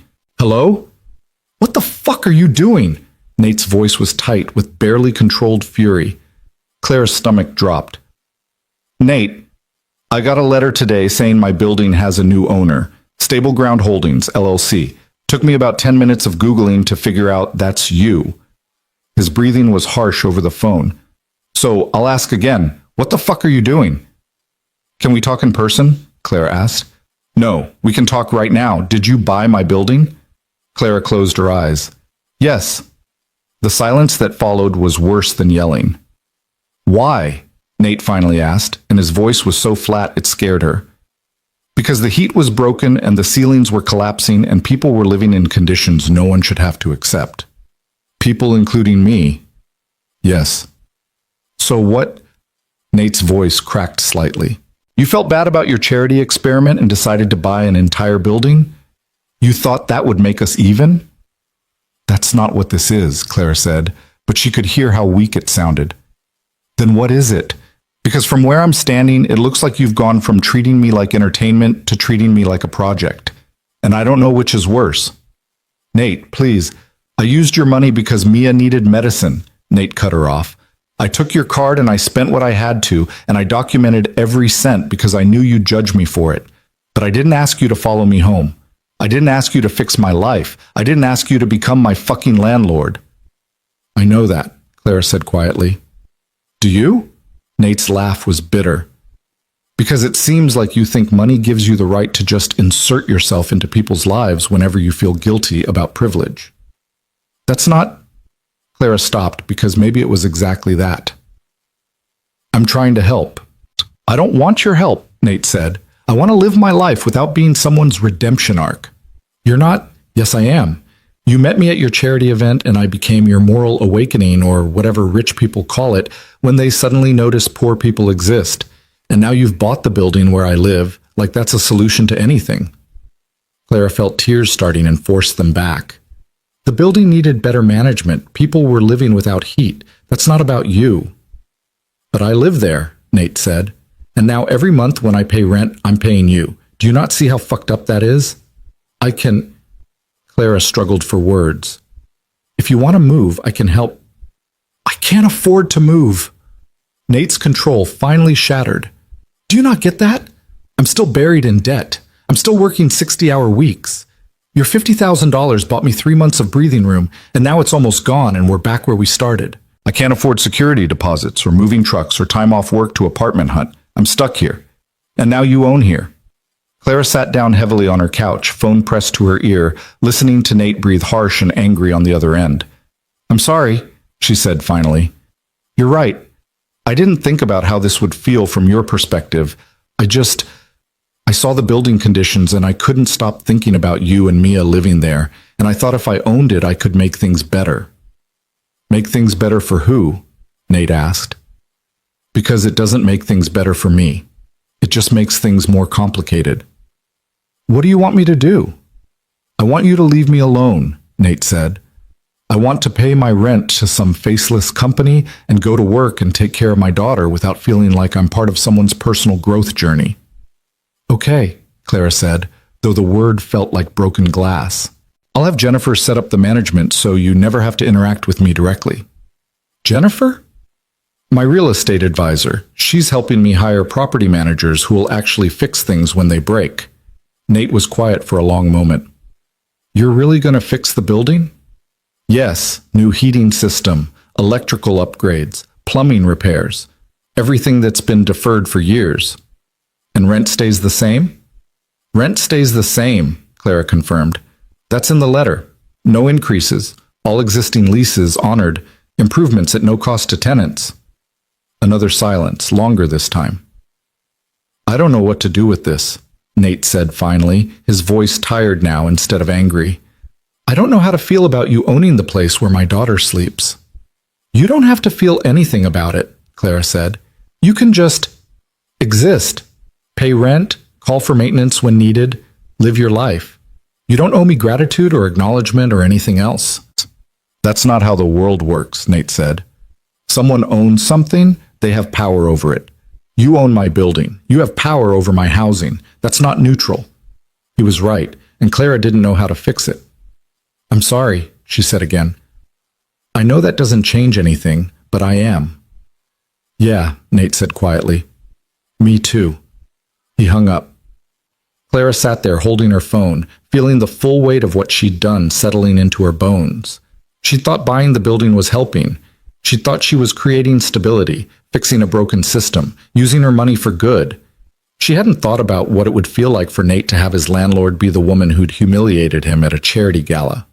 Her phone buzzed with a text from Jennifer. Heating contractor starts tomorrow. Electrical assessment scheduled for next week. You okay? Clara typed back, no. but do it anyway.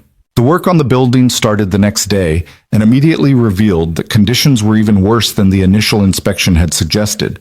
The heating system was 40 years old and had been patched together with the mechanical equivalent of duct tape and prayer. The electrical panel was a fire hazard. The plumbing had leaks in walls that had been hidden by cheap cosmetic repairs. Jennifer sent Clara daily updates with photographs and cost estimates that made her trust fund balance drop with alarming speed. But Clara approved every repair, every upgrade, every expense. If she was going to do this, she was going to do it right. The tenants' reactions to the new ownership varied. Some were cautiously optimistic. Others were suspicious, waiting for the other shoe to drop.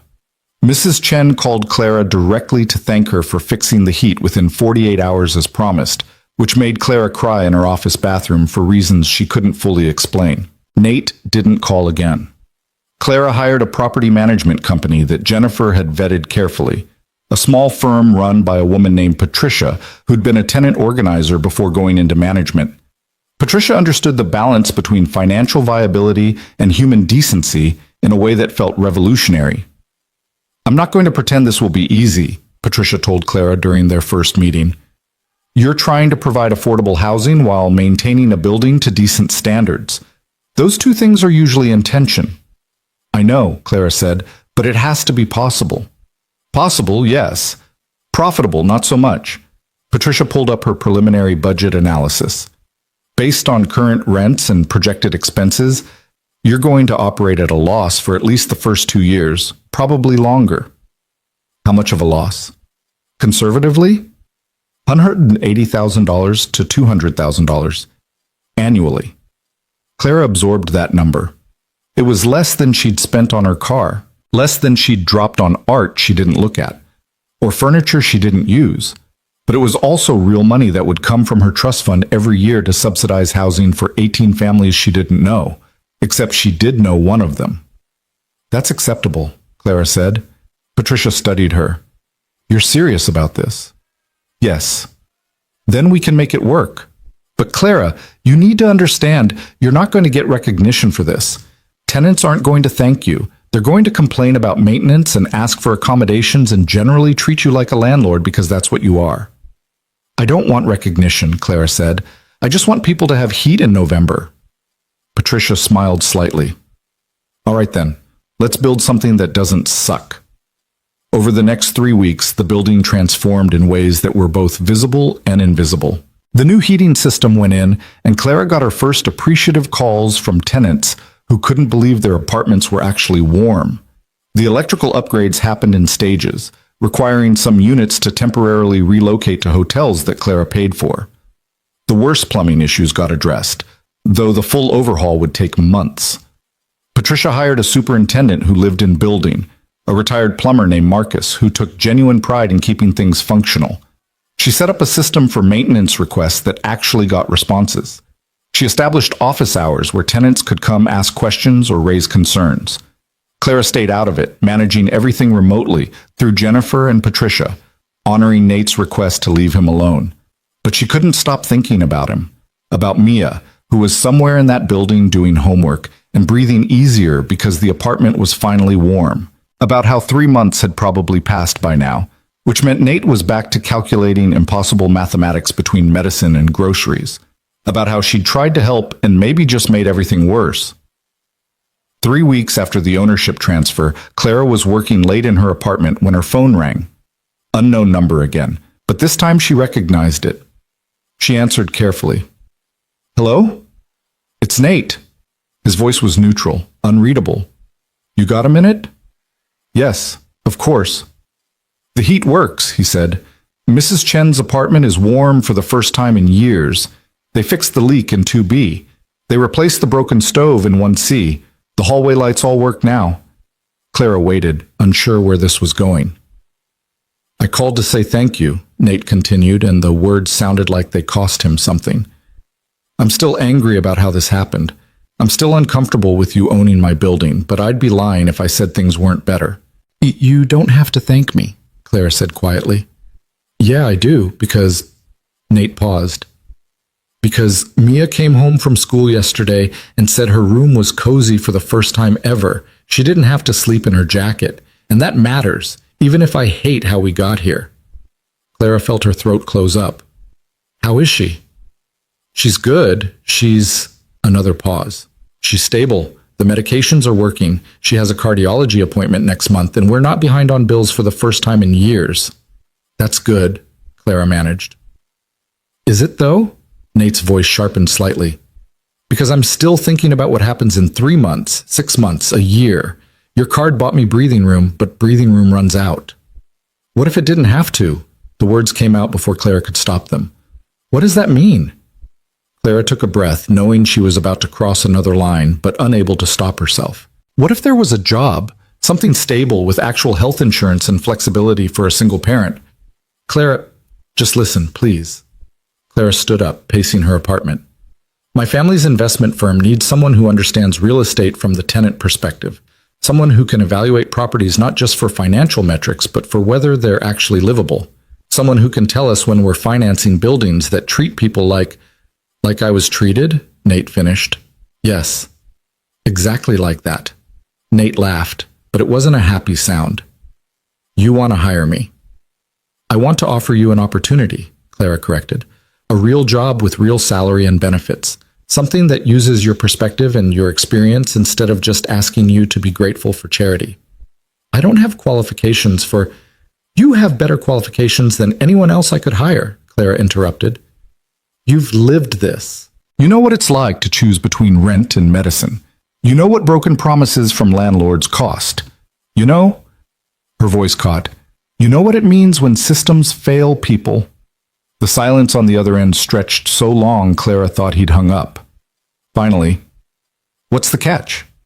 No catch. Market salary for a consultant position, full family health coverage, flexible hours so you can take care of Mia. You'd work with Jennifer evaluating properties and advising on tenant-focused improvements. And I'd be working for you. You'd be working with me, Clara said. But Nate, if this makes you uncomfortable, if it feels like pity or charity or another way for me to insert myself into your life, it does, Nate cut in. It feels like all of those things. Clara's heart sank. Okay, I understand, but it also feels like a way out, Nate continued quietly. Like maybe for the first time in 8 years, I could stop drowning long enough to actually breathe. So yeah, I'm uncomfortable, but I'd be stupid to say no. You're not stupid if you say no, Clara said. You're allowed to have boundaries. Boundaries are expensive, Nate said, echoing what he'd told her before about pride. And my daughter needs health insurance more than I need to prove a point about independence. This isn't about proving anything, Clara said. It's about you trying to fix what you broke, Nate said bluntly. And maybe that's okay. Maybe that's better than nothing. They talked for another 20 minutes about logistics and salary and health insurance details. Nate asked hard questions about reporting structure and job security and what happened if this didn't work out. Clara answered honestly, admitting when she didn't know something, promising to find out. When they finally hung up, Clara sat in the dark of her apartment and wondered if she'd just made things better or worse. She wouldn't know until Nate showed up for his first day of work. Or didn't. Nate showed up on Monday morning at 9 a.m. sharp, wearing the same borrowed suit from the gala and carrying a backpack that had seen better days. Clara watched him through the glass walls of the conference room where Jennifer had set up their meeting, and her first thought was that he looked like a man walking toward either salvation or a firing squad and couldn't tell which. Jennifer noticed too. She leaned over to Clara and said quietly, "He looks terrified." "Wouldn't you be?" Clara stood up as Nate approached. This has to feel completely surreal for him. Nate entered the conference room with the careful posture of someone entering enemy territory. His eyes scanned the space, the mahogany table, the leather chairs, the view of the financial district spreading out below, and Clara saw him doing those calculations again, measuring the distance between his world and this one. "Morning," he said, his voice carefully neutral. "Good morning," Clara replied, matching his tone. "Nate, you remember Jennifer from our phone calls. She's going to be your primary contact for most projects." Jennifer extended her hand and Nate shook it, his grip firm but brief. "Thanks for meeting with me," he said, like this was a normal job interview instead of the most complicated employment arrangement Clara had ever witnessed. They sat, and for a moment, nobody spoke. The silence stretched awkward and tense until Jennifer mercifully broke it. So, I thought we'd start with an overview of what we're trying to accomplish here, she said, pulling up a presentation on her laptop. Clara's vision is to shift how we evaluate and invest in residential properties, particularly in the affordable housing sector. That's where you come in. Nate listened as Jennifer walked through the current portfolio, the gaps in their analysis, the ways they'd been financing properties without truly understanding tenant experiences. He didn't interrupt, but Clara could see him processing, his jaw working slightly like he was chewing through thoughts that wanted to become words. When Jennifer finished, Nate said, "Can I be honest?" "Please," Clara said. "This sounds impossible." Nate leaned forward, his hands flat on the table. "You're asking me to bridge two completely different worlds. Investment firms care about returns. Tenants care about heat and hot water, and not getting evicted. Those things don't naturally align." "That's exactly why we need you," Jennifer said, "because you understand both sides." "I understand the tenant side," Nate corrected. "I don't know anything about commercial real estate finance or investment analysis or whatever else you need to make this actually work." "You know what matters," Clara said. "That's more important than technical knowledge. Jennifer can teach you the finance parts, but we can't teach someone who's never struggled to understand what it's like to choose between medicine and rent." Nate looked at her directly for the first time since entering the room. "Is that what I am to you? A symbol of struggle? Someone who represents an experience you want to understand?" The question landed like a physical blow. Clara forced herself not to look away. "No," she said carefully. "You're someone who told me that money isn't a measure of worth. Choices are. And I'm trying to make better choices. That means listening to people whose perspectives I've ignored my whole life. And paying them for the privilege," Nate said. "And paying them what they're worth, yes." They stared at each other across the conference table, and Clara could feel Jennifer watching this exchange like a tennis match she couldn't quite follow. Finally, Nate said, "What's the salary?" Jennifer named a number that made Nate's eyes widen despite his attempt to stay impassive. It was triple what he'd been making at the warehouse, with full family health coverage that would actually cover Mia's cardiology appointments and medications. "That's—" Nate stopped, visibly composing himself. "That seems high for someone with no experience in this field." "It's market rate for a consultant position," Jennifer said.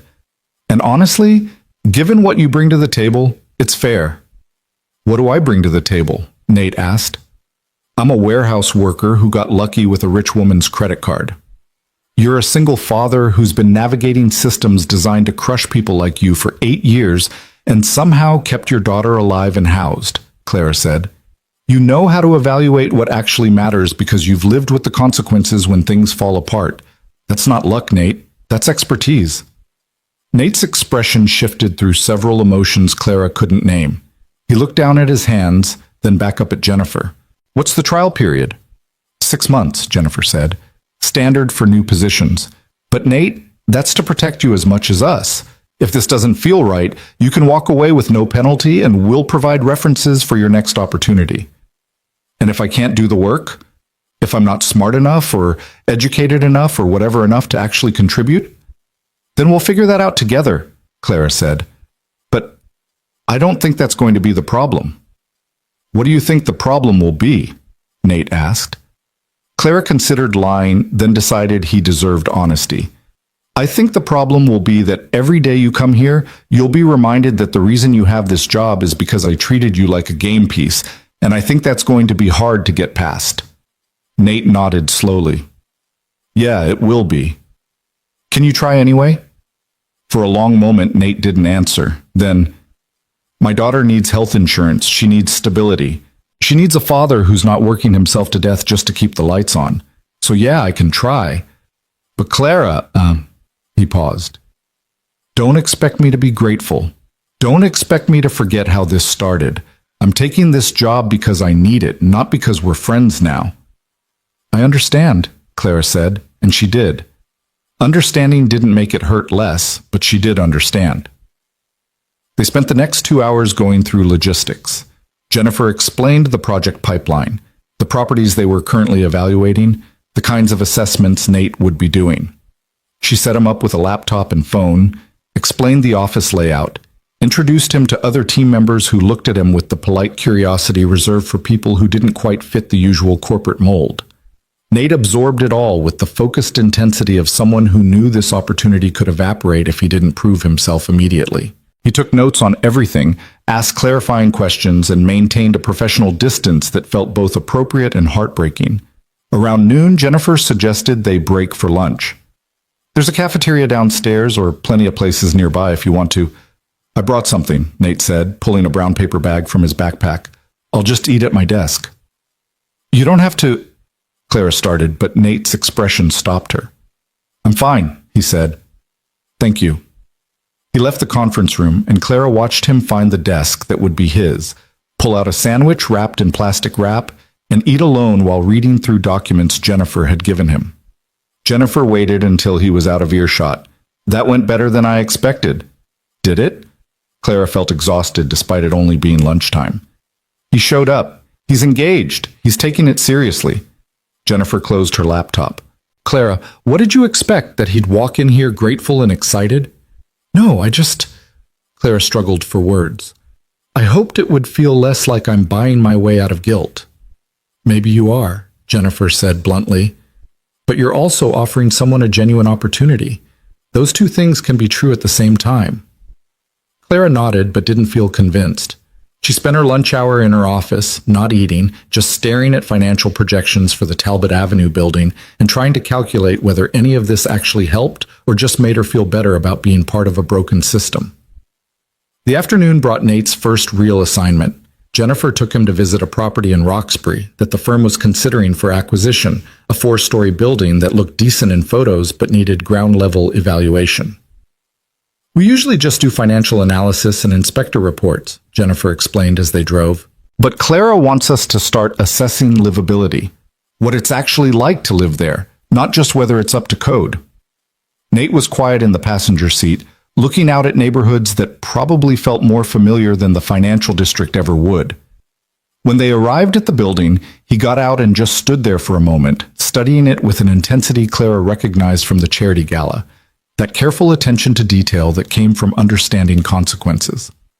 The property manager met them outside, a woman in her 40s named Sandra, who clearly knew Jennifer from previous dealings.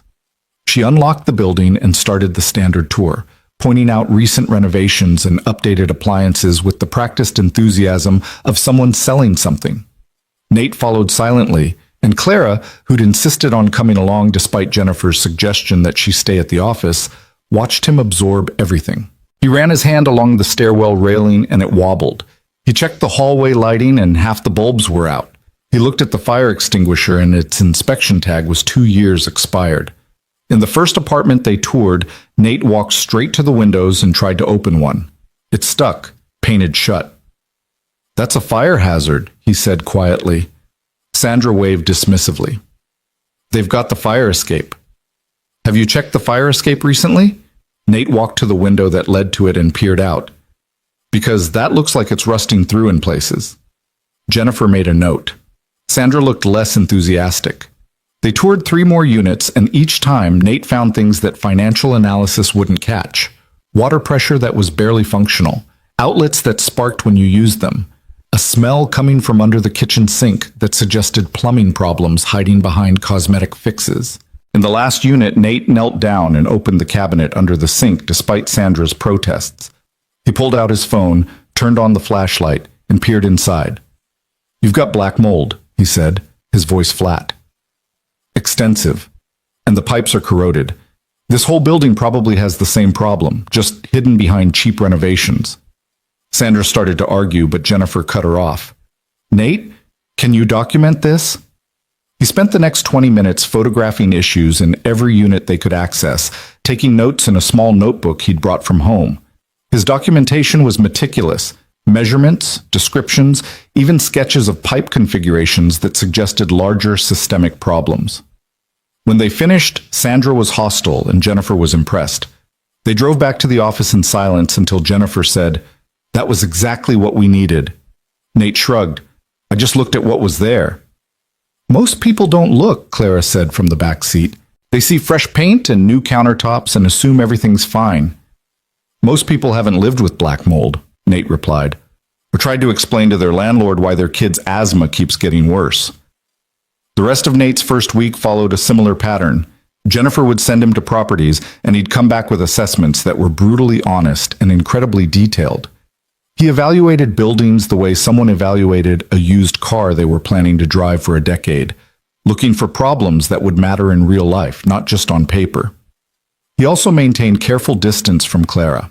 He was professional, respectful, and completely impersonal. If they ended up in the same meeting, he addressed her as Ms. Wren.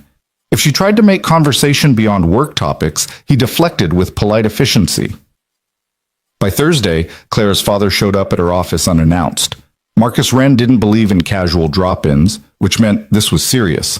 He sat in Clara's guest chair with the posture of a man who'd spent 40 years in boardrooms and knew exactly how to command a room through stillness. "I've been hearing interesting things about your new hire," he said without preamble. Clara kept her expression neutral. "Nate's doing excellent work." "Nate Harper, yes, the man from your charity event." Marcus studied her. "The one whose building you bought." "I see gossip travels fast." Jennifer reported the property acquisition to our finance team as required. They mentioned you'd hired someone with no relevant experience for a consultant position at a significant salary. Her father's voice was carefully empty of judgment, which somehow made it worse. "Clara, what are you doing?" "I'm trying to do things differently," Clara said. "Nate understands tenant experience in a way no one else on our team does. He's already identified issues that would have cost us significantly if we'd proceeded with that Roxbury acquisition." "I'm sure he's useful," Marcus said. "That's not what concerns me." "Then what does?" "The optics, the ethics, the fact that you're employing someone you have a personal connection to, someone who might feel obligated to you because of previous financial assistance." Marcus leaned forward. "Clara, this looks like either charity masquerading as employment, or worse, like you're using your position to maintain influence over someone vulnerable." The accusation hit harder because Clara had worried about the same thing. "Nate set the terms," she said. "He could have said no. He can quit any time." "Can he, though? You own his housing. You employ him. You've created a situation where his stability depends entirely on your goodwill." Her father's voice was gentle, which made it cut deeper. "I'm not saying you meant to do this, Clara. I'm saying you need to think about the power dynamics you've created." Clara felt something cold settle in her stomach. "So what should I do? Fire him?" "That would just prove he was right to be suspicious in the first place." "I don't know," Marcus admitted, "but I think you need to ask yourself honestly whether you hired him because he's the best person for the job, or because hiring him makes you feel less guilty about how you met." After her father left, Clara sat in her office for a long time, staring at nothing. She wanted to believe she'd done the right thing, offered Nate an opportunity, created stability for his family, used her resources to actually help instead of just performing charity. But Marcus's words kept echoing. "You own his housing. You employ him. You've created a situation where his stability depends entirely on your goodwill." Clara pulled up Nate's employment file and looked at the salary, the benefits, the 6-month trial period.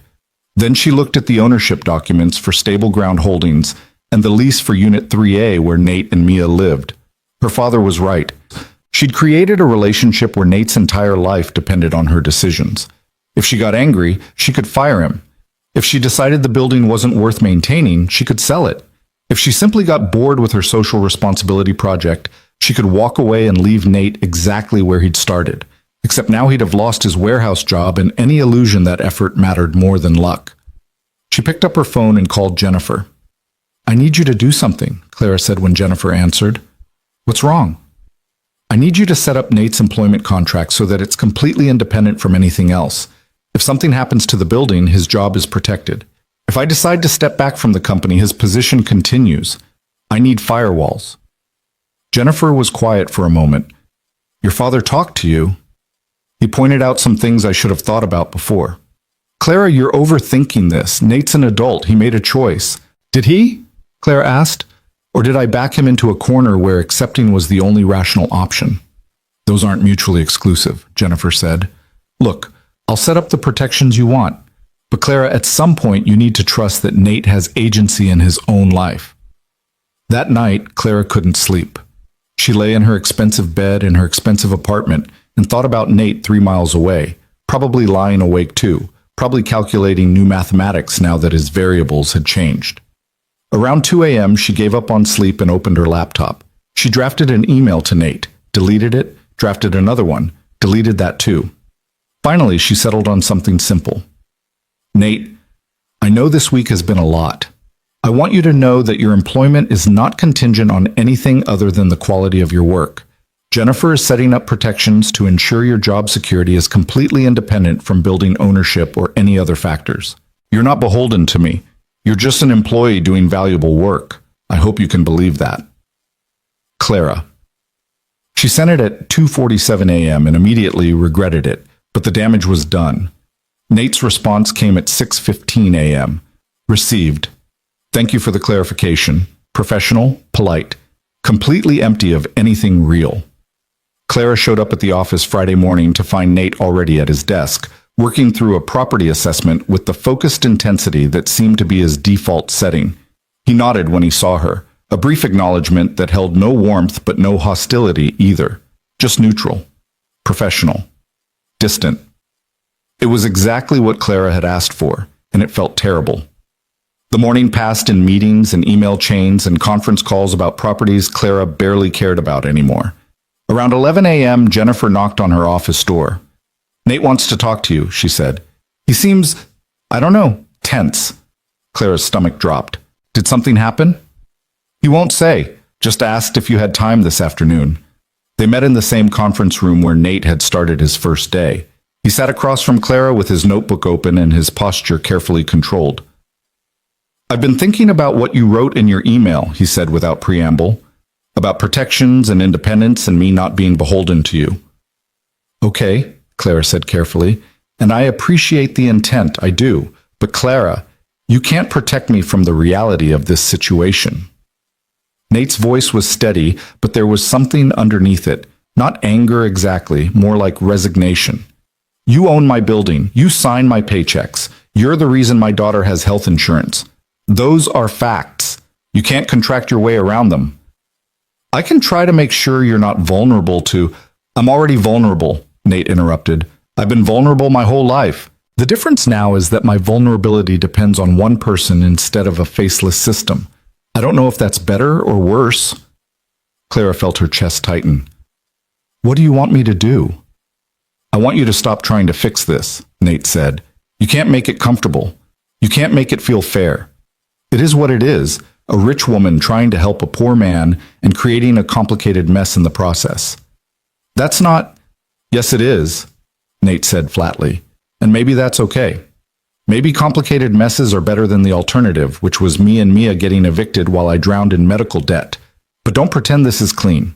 Don't pretend you can design the perfect ethical framework that makes everything okay. They sat in silence for a moment. Outside the conference room windows, the city continued its indifferent functioning, cars moving, people working, systems grinding along regardless of individual moral calculations. I'm sorry, Clara said finally. For what? For making this about my comfort instead of your reality. Nate nodded slowly. Okay, thank you for saying that. Is there anything I can actually do?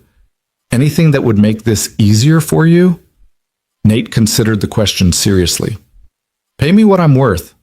Give me real work, not charity projects. Treat me like an employee, not a redemption arc. And when I mess up, because I will mess up, don't assume it's because I was never qualified in the first place. I can do that, Clara said. Can you? Nate looked at her directly. Because so far, every interaction we've had has been filtered through guilt or pity or whatever you're feeling about how we met. I need you to get past that if this is going to work. How do I do that? I don't know, Nate admitted, but figure it out because I can't do it for you. I'm too busy trying to figure out how to be good at a job I'm not sure I'm qualified for. You're qualified, Clara said. You don't know that. Neither do I.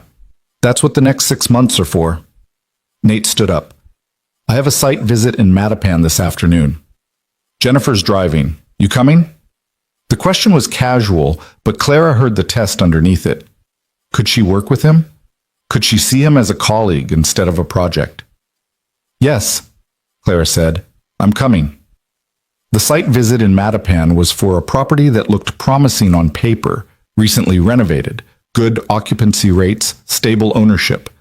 But when they arrived, Nate spent 5 minutes in the parking lot just watching. What are you looking for? Clara asked. Patterns, Nate said. Who's coming and going, what condition the cars are in, whether people look comfortable or tense. You can tell a lot about a building by watching it for a while. They watched. A woman came out with 2 kids, both wearing backpacks that looked new. An older man struggled down the steps with a walker, and nobody came to help him. A young couple argued by their car, their voices carrying across the parking lot with the specific exhaustion of people fighting about money. Okay, Nate said finally, let's look inside. The building manager was friendlier than Sandra had been, which made Clara immediately suspicious. Nate seemed to feel the same way, his questions sharper, his inspections more thorough. In the 3rd unit they toured, Nate opened a closet door and froze. What is it? Jennifer asked. Nate pulled out his phone and took several pictures before answering. You've got a major water intrusion problem. The wall is completely rotted through. You can see daylight through the gaps.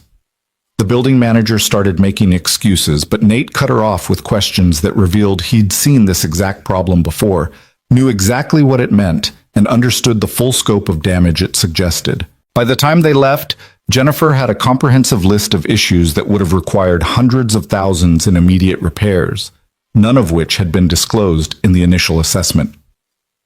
You just saved us from a terrible investment, Jennifer told Nate as they drove back. I just looked at what was there, Nate said again, but Clara could hear something different in his voice this time. Not pride exactly, but maybe the beginning of confidence. Back at the office, Clara watched Nate compile his findings into a report that was detailed, professional, and brutally honest. He worked with the focused intensity of someone who knew this might be his only chance to prove himself. Around 6 p.m., most of the office had cleared out. Clara was still at her desk when she noticed Nate packing up his backpack. On impulse, she walked over before she could talk herself out of it. Nate, he looked up, wary. Yeah? You did good work today. Really good work. Thanks. He zipped his backpack, preparing to leave. I mean it, Clara continued. You saw things we would have missed. You asked questions we wouldn't have known to ask. You were right. You do bring something valuable to this. Nate studied her for a long moment. You sound surprised. Maybe I am, Clara admitted. Not because I didn't think you were capable, because I'm realizing how much I didn't know about what capability actually looks like. Capability looks like survival, Nate said quietly. I've been looking at buildings with desperate eyes my whole life, trying to figure out if they'd kill me slowly or just make me miserable. That's not a skill you learn in school. No, Clara agreed. It's not. They stood there in the empty office, and for the first time since the charity gala, Clara felt like maybe they were having a real conversation instead of performing roles for each other. My daughter asked about my new job, Nate said suddenly. She wanted to know what I do now. What did you tell her? I told her I help people figure out if buildings are safe to live in. Nate's expression softened slightly. She said that sounded important, like I was helping people the way doctors helped her. Clara felt her throat close up. That's Nate. That's exactly what you're doing. Maybe, he said, or maybe I'm just a guy who got lucky with a rich woman's credit card and is trying not to mess up the second chance. Those things aren't mutually exclusive, Clara said, echoing what Jennifer had told her. Nate almost smiled. No, I guess they're not. He left after that, heading back to Dorchester and to Mia and to an apartment that was finally warm. Clara stayed at the office for another hour, not working, just thinking about everything that had led to this moment. She'd met Nate as entertainment. She'd helped him accidentally while trying to prove a point. She'd bought his building out of guilt and hired him out of some combination of conscience and confusion. And somehow, despite all of that, maybe they were building something that actually mattered. It wasn't clean. It wasn't simple. It was definitely complicated by power dynamics and history and the fundamental inequality that had brought them together in the first place. But Nate was right.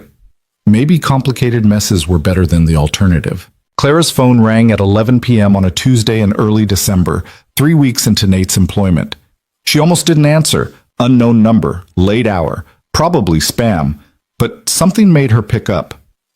Clara?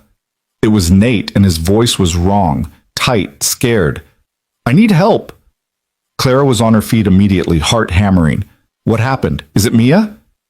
She's at Children's Hospital. Her heart. There were palpitations, irregular rhythm. They said, it's, His voice cracked. They're running tests now. I'm in the waiting room and they won't tell me anything and Clara, I don't know what to do. I'm coming, Clara said, already grabbing her keys. Which entrance? Emergency department, but you don't have to. I'm already leaving, 20 minutes. She made it in 15, parking illegally and running through the emergency entrance in sweatpants and a jacket she'd grabbed without thinking. The waiting room was fluorescent bright and full of worried parents and sick children, and it took her a moment to spot Nate. He was in the corner, hunched forward with his elbows on his knees, staring at nothing. He looked like he'd aged a decade since she'd seen him that afternoon at the office. Nate, Clara said, sitting beside him. He looked up, and the raw fear in his eyes made her chest hurt. They took her back an hour ago. They said the arrhythmia was significant, that they needed to stabilize her rhythm before they could do more tests. Okay, Clara said, trying to sound calm. That's good. They're treating it. Or it means she's dying and they don't want to tell me yet. Nate's hands were shaking. This is how it started last time. The irregular heartbeat, the emergency admission, and then Sarah. He stopped, unable to finish. Clara did something she'd never done before. She reached over and took his hand. He didn't pull away, just held on like she was the only solid thing in a world that had suddenly become untethered. They sat like that for 20 minutes, not talking, just existing in the awful fluorescent limbo of hospital waiting rooms. Finally, a doctor emerged, a woman in her 40s with kind eyes and tired shoulders.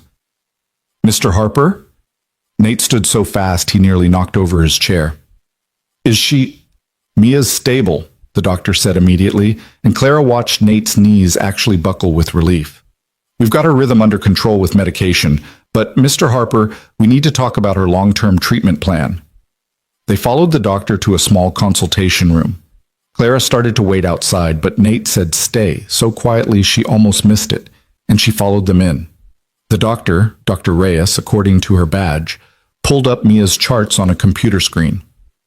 Mia's condition has been managed well considering the circumstances, but the arrhythmias are becoming more frequent. She's going to need a procedure, an ablation to correct the electrical pathways in her heart. How soon? Nate asked. Ideally within the next few months. It's not immediately life-threatening, but each episode puts strain on her heart. The longer we wait, the more damage accumulates. And the cost? Dr. Reyes's expression shifted to something Clara recognized, the specific discomfort of medical professionals who had to discuss money with terrified parents. The procedure itself runs around $75,000. With your new insurance through, she checked the file, Wren Investments, you'll have coverage for 80% after the deductible. Clara watched Nate do the math. Even with insurance, he'd be looking at $15,000 to $20,000 out of pocket. Money he didn't have. Money that would bury him again just when he'd started to breathe. Can I see her? Nate asked, his voice carefully controlled. Of course. She's asking for you, Doctor. Reyes led them to a pediatric room where Mia lay in a bed that made her look impossibly small. She was awake, monitors beeping softly beside her, an IV in her small hand. When she saw Nate, her face crumpled. Daddy, I was so scared. I know, baby. I know. Nate sat on the edge of her bed and gathered her into his arms as carefully as if she were made of glass. But you're okay now. You're safe. Clara stood in the doorway, feeling like an intruder on something private and sacred. She started to back out, but Mia noticed her. Who's that? She asked, her voice small. That's Clara, Nate said after a pause.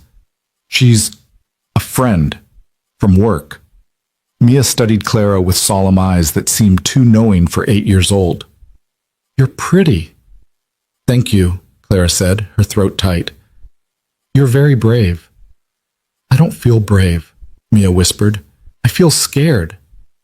Being scared doesn't mean you're not brave, Clara said. Sometimes brave just means keeping going even when you're terrified. Mia seemed to consider this, then nodded and turned back to her father. Clara slipped out into the hallway and found Dr. Reyes waiting. She's his whole world, the doctor said quietly. I've been Mia's cardiologist for 3 years now.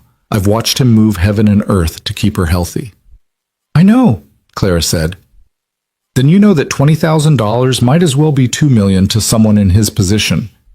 Dr. Reyes looked at Clara directly. The hospital has charity programs, payment plans, but they take time to process, and Mia needs this procedure soon. Clara understood what the doctor was really saying. She pulled out her phone. What's the hospital's billing department contact? 20 minutes later, Clara had arranged to cover Mia's portion of the procedure costs directly. Not as charity, she'd learned that lesson. As an advance on Nate's salary, structured as a zero-interest loan he could pay back over 5 years. Or not. She'd forgive it eventually, but she'd learned that Nate needed the fiction of repayment to accept help. When she went back to Mia's room, Nate was reading to his daughter from a book someone had brought from the hospital's collection. His voice was soft and steady, and Mia's eyes were starting to drift closed. Clara waited until she was asleep before speaking. Can we talk outside? They stepped into the hallway, and Clara explained what she'd arranged. She watched Nate's face go through a complicated sequence of emotions: relief, frustration, resignation, something that might have been gratitude or might have been exhaustion. You can't keep doing this, he said finally. Doing what? Solving my problems with money. I'm not solving your problems, Clara said. I'm removing one obstacle so you can focus on what matters. Mia needs the procedure. You need to be present for her, not drowning in financial panic. This lets you do that. At the cost of owing you even more. Nate? Clara stopped, choosing her words carefully. I have more money than I'll ever need. You have a daughter who needs medical care. Those are both facts. I can either use my money to help, or I can protect my ego by pretending financial help is somehow morally complicated. But it's not complicated. Mia needs surgery. I can make that happen without it hurting either of you. That's not charity. That's just basic human decency. Nate leaned against the wall, looking more exhausted than Clara had ever seen him. I hate this. I know. I hate needing help. I hate that my daughter's life depends on your generosity. I hate that I can't provide for her on my own. You are providing for her, Clara said. You got her here tonight. You've kept her alive for 8 years against impossible odds. You're doing everything right, Nate. The system is what's wrong. Doesn't make me feel less like a failure. Clara wanted to argue, to tell him he wasn't a failure, to list all the ways he was succeeding against a rigged game. But she was learning that sometimes people needed to sit with their feelings instead of having them fixed. Okay, she said simply. You can feel like a failure, and I can still pay for the surgery. Both things can be true. Nate almost laughed. A broken sound. You're learning. I'm trying. They stood in the hallway outside Mia's room, and something shifted between them. Not friendship exactly. The power dynamics were too complicated for that. But maybe something like mutual respect. An acknowledgement that they were both trying to navigate an impossible situation with imperfect tools. Thank you, Nate said quietly. I know I'm supposed to be angry about this, and maybe I will be tomorrow, but right now, I'm just... Thank you. You're welcome, Clara said. Then, I'm going to head out, but call me if anything changes. I will. Clara left the hospital and drove home through streets that looked different than they had an hour ago. She kept thinking about Mia's small face, about the monitors beeping beside her bed, about Nate's hands shaking in the waiting room. This was what money meant when you removed it from abstractions, not investments or returns or portfolio diversification. Just an 8-year-old girl who got to have heart surgery instead of wondering if her father could afford to keep her alive. Clara couldn't fix the system that made that a question anyone had to ask. But she could fix it for one family, and maybe that was enough. Over the next 2 weeks, Mia stayed in the hospital for monitoring while they prepared for her procedure. Nate took family leave, a benefit Clara had quietly insisted on including in everyone's employment contracts, and spent every day at Children's Hospital. Clara visited twice, bringing books for Mia and coffee for Nate, staying just long enough to feel like she was helping without intruding. Mia's surgery was scheduled for December 18th. The night before, Clara couldn't sleep. She lay in bed thinking about all the ways things could go wrong, about Nate's wife dying during a similar procedure, about what would happen to Nate if he lost his daughter, too. She was still awake at 6 a.m. when her phone buzzed with a text from Nate. "Surgery's at 9. You don't have to come, but if you wanted to." Clara was at the hospital by 8:30. She found Nate in the pre-op waiting area, looking like he'd been awake for 72 straight hours.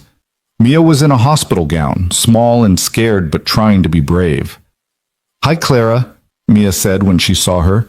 "Daddy said you might come." "I wanted to wish you luck," Clara said, sitting beside the bed. "You're going to do great." "What if I don't?" Mia's voice was small. "What if something goes wrong like it did with my mom?"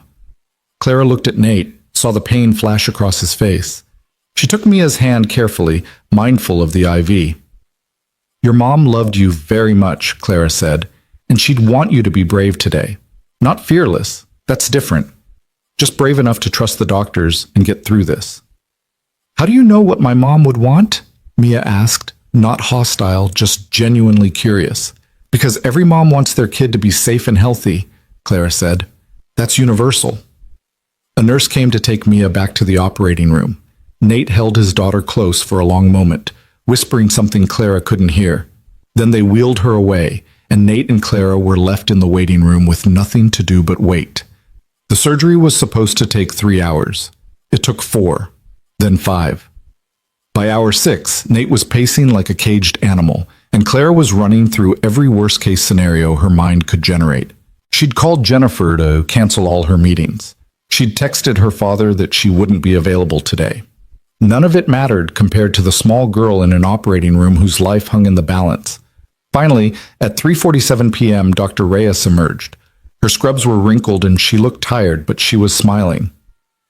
"The procedure went well," she said, and Nate actually sobbed with relief. "We corrected the arrhythmia, and her heart responded beautifully.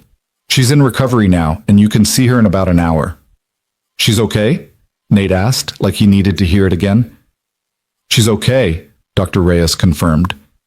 "She'll need monitoring for a few days, but Mr. Harper, Nate, I think this is going to change her life. No more constant worry about her heart rhythm, no more restrictions on activity. She gets to be a normal 8-year-old. Nate sat down hard in the nearest chair and put his face in his hands.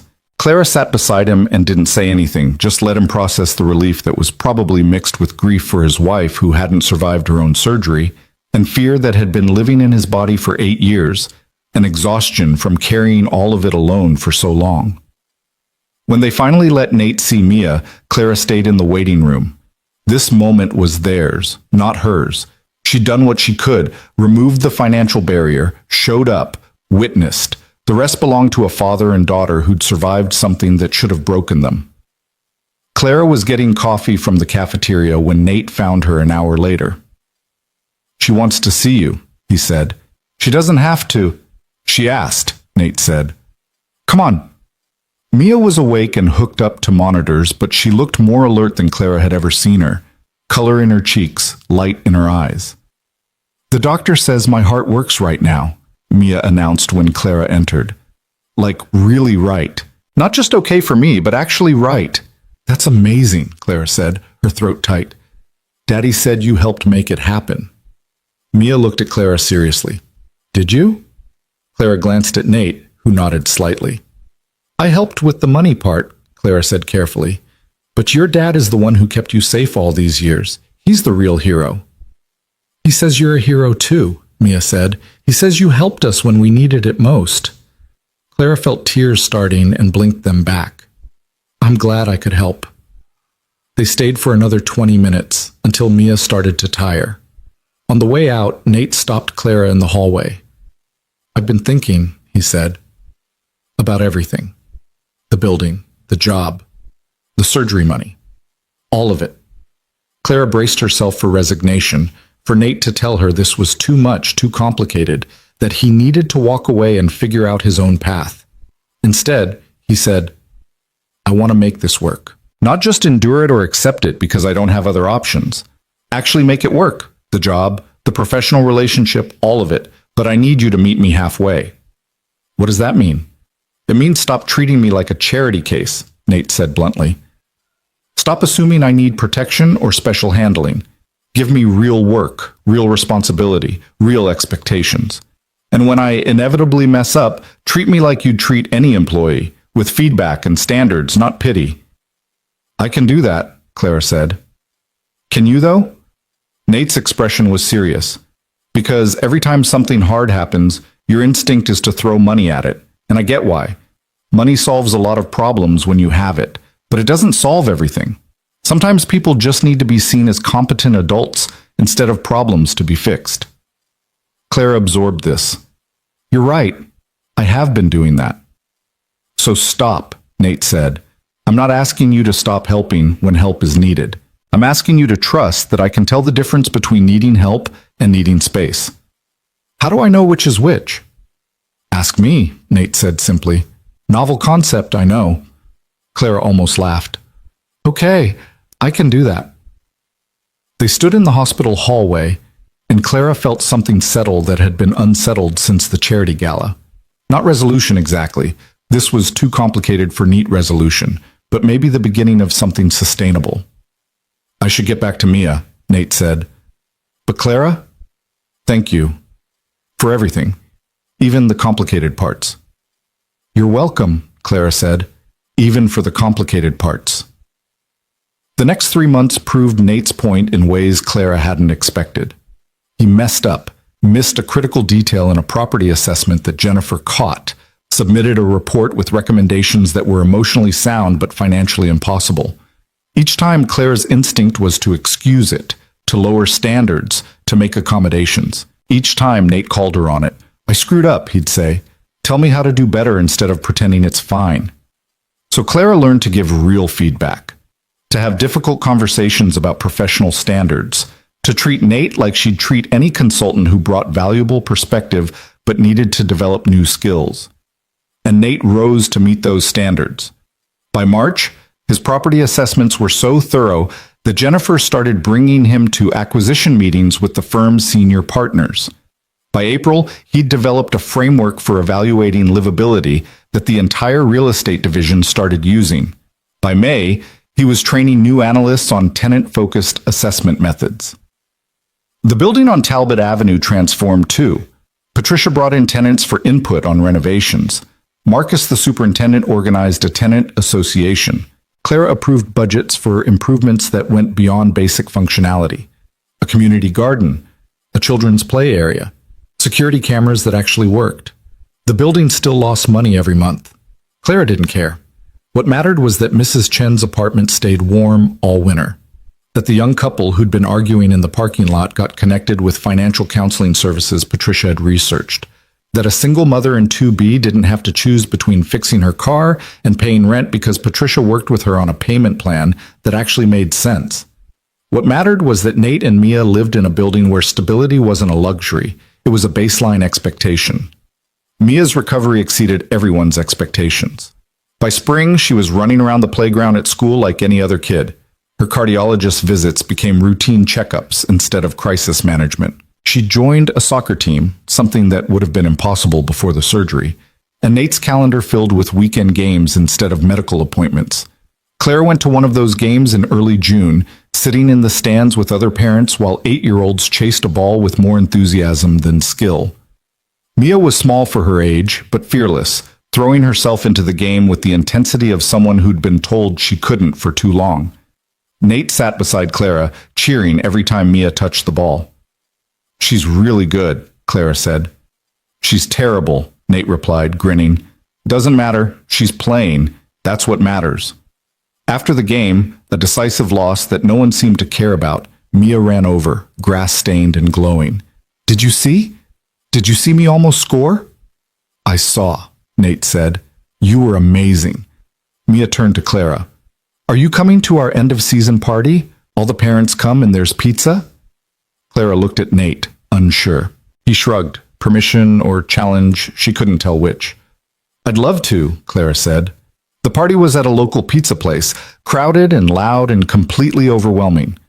Clara found herself sitting between Nate and another parent, eating cheap pizza and listening to 8-year-olds talk over each other about soccer and school and summer plans. It was possibly the most normal thing she'd done in years. Afterward, as the party was winding down, Nate walked Clara to her car. "Thank you for coming," he said. "Thank you for inviting me." "I didn't," Nate pointed out. "Mia did." "Thank you for not uninviting me then." Nate smiled, a real smile that reached his eyes. "You're growing on her. She talks about you sometimes. The lady from Daddy's work who helped us." "How does she understand all of this?" Clara asked. "The building, the job, the surgery money?" "I told her the truth," Nate said. "That sometimes people help each other, and sometimes the help is complicated, but that doesn't make it less real." "That's a good answer." "She's a smart kid. She can handle complicated." They stood by Clara's car in the parking lot of a cheap pizza place, and Clara thought about how far they'd come from the charity gala. How much had changed, and how much was still changing.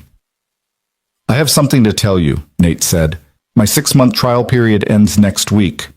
Clara's stomach dropped. "Are you leaving?" "No," Nate said. "I'm asking to make this permanent. Not because I don't have other options. Jennifer's been getting me calls from other firms. But because this work matters, and I'm good at it, and I want to keep doing it." "Of course," Clara said immediately. "Nate, you've been permanent in my mind since month 2. I needed to know it was my choice," Nate said. "That I was staying because I wanted to, not because I felt obligated." "And now you know?" "Now I know," Nate confirmed. "I'm choosing this. The job, the professional relationship, all of it. On my terms." Clara felt something release in her chest that she hadn't realized she'd been holding. "Okay, good. That's really good." "There's one more thing," Nate said. "I want to buy my apartment." "What?" "Unit 3A. I want to buy it. Fair market value, proper mortgage, all of it legal and clean." Nate's expression was serious. "I can't keep living in a building you own. It's too complicated. But I also can't afford to move, and I don't want to uproot Mia. So I want to buy my unit and own my own space."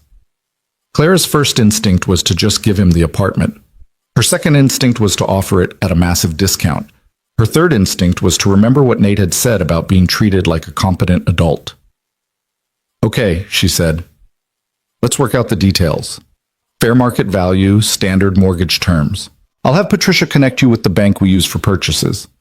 Nate nodded, satisfied. "Thank you." "You're really doing this," Clara said, "taking control of everything." "I'm trying," Nate said. "You showed me what financial stability could look like, but I need to build my own version of it, not just live in yours."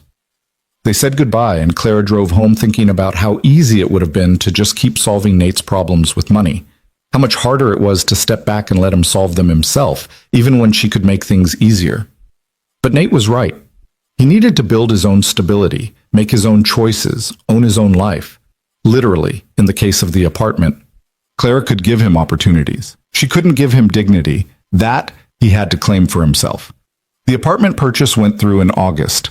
Nate became the owner of Unit 3A with a mortgage he could actually afford on his consultant salary and a sense of permanence he'd never had before. Clara sold him the unit at market value. No discounts, no special deals, and Nate signed the papers with visible satisfaction. "How does it feel?" Clara asked after the closing. "Like I finally own something that can't be taken away," Nate said.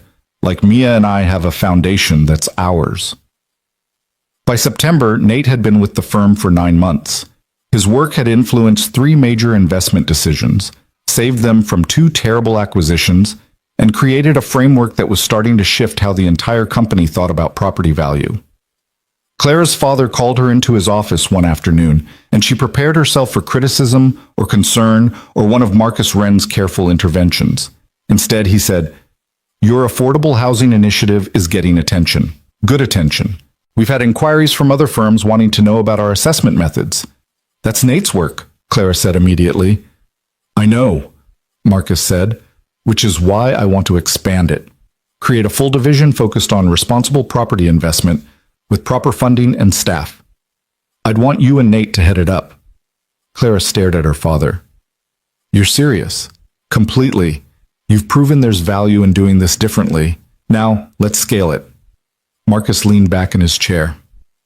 Clara, I'll be honest. I wasn't sure about any of this when you started. The building purchase, hiring Nate, all of it seemed potentially problematic. But you've built something real, something that actually works. It's still complicated, Clara said.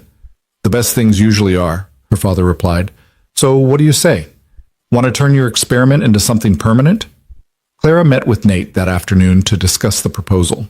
They sat in a conference room that had become familiar territory, and Clara laid out her father's offer. It would mean more responsibility, she said, bigger projects, actual staff to manage, company-wide influence. But Nate, it would also mean we're not just fixing one building. We'd be trying to change how investment firms think about housing entirely. Nate was quiet for a long moment. That's ambitious. Too ambitious? Maybe, Nate admitted, but I spent 8 years thinking the system was immovable. And then you moved a piece of it, so maybe ambitious is exactly what we need. Is that a yes? That's a, let me think about it, Nate said. This is a big decision, and I need to make sure it's right for me and for Mia. Can I have a few days? Take as long as you need, Clara said. Nate came back 3 days later with a list of conditions. He wanted clear reporting structures that didn't create conflicts of interest.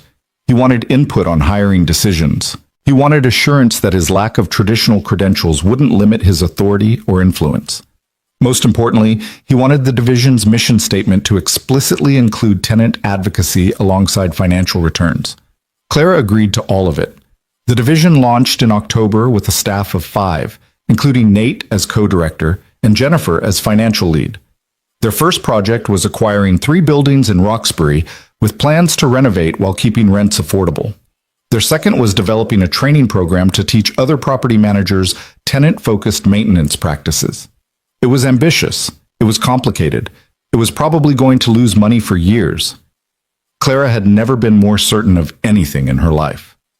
On a cold evening in November, almost exactly a year after the charity gala, Clara found herself back at the Boston Harbor Hotel for another fundraising event. Same ballroom, same champagne fountains, same people in expensive clothes talking about charity like it was a spectator sport. But this time, Nate was with her.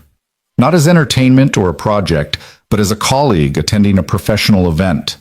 They stood near the entrance, and Clara watched Nate survey the room with the same careful attention he'd had a year ago. Except now he was wearing a suit he'd bought himself, carrying business cards with his actual title, standing beside her as an equal instead of a curiosity. Strange being back here, Nate said quietly. Yeah, Clara agreed. A lot has changed. Has it, though? Nate gestured toward the crowd. Same people, same assumptions. They look at me and still see someone who doesn't belong. Do you care? Nate considered this. Less than I used to. I know what I'm worth now, not because you told me, but because I proved it to myself. Clara smiled. That was always the point. Was it? Nate looked at her. I thought the point was you feeling less guilty about privilege. Maybe it started that way, Clara admitted, but it became about building something that actually matters, and I couldn't have done that without you showing me what matters actually looks like. They were interrupted by someone from the fundraising committee asking Clara about a donation, and the moment passed. But as Clara wrote a check, a large one, for pediatric cardiology research, she caught Nate watching her with something that might have been approval.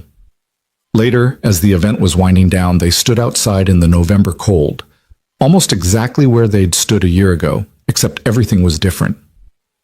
My daughter talks about you sometimes, Nate said. She says you're the reason she got to play soccer this year.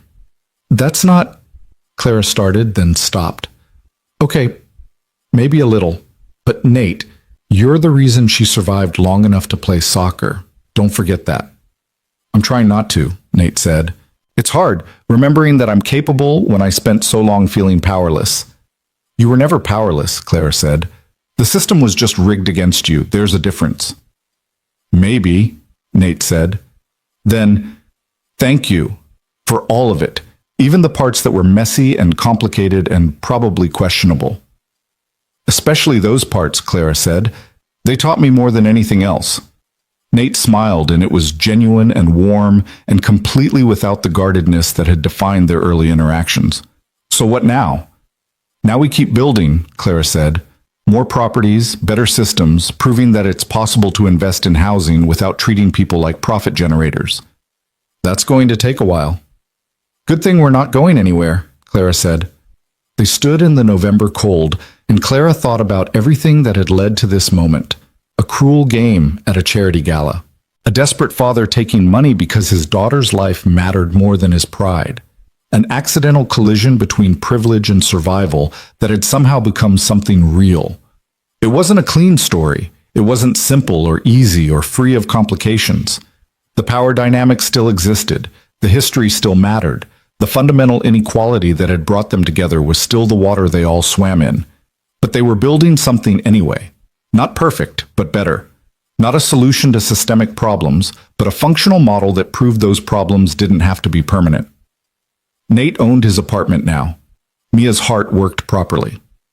The building on Talbot Avenue had heat and hot water and a superintendent who actually fixed things.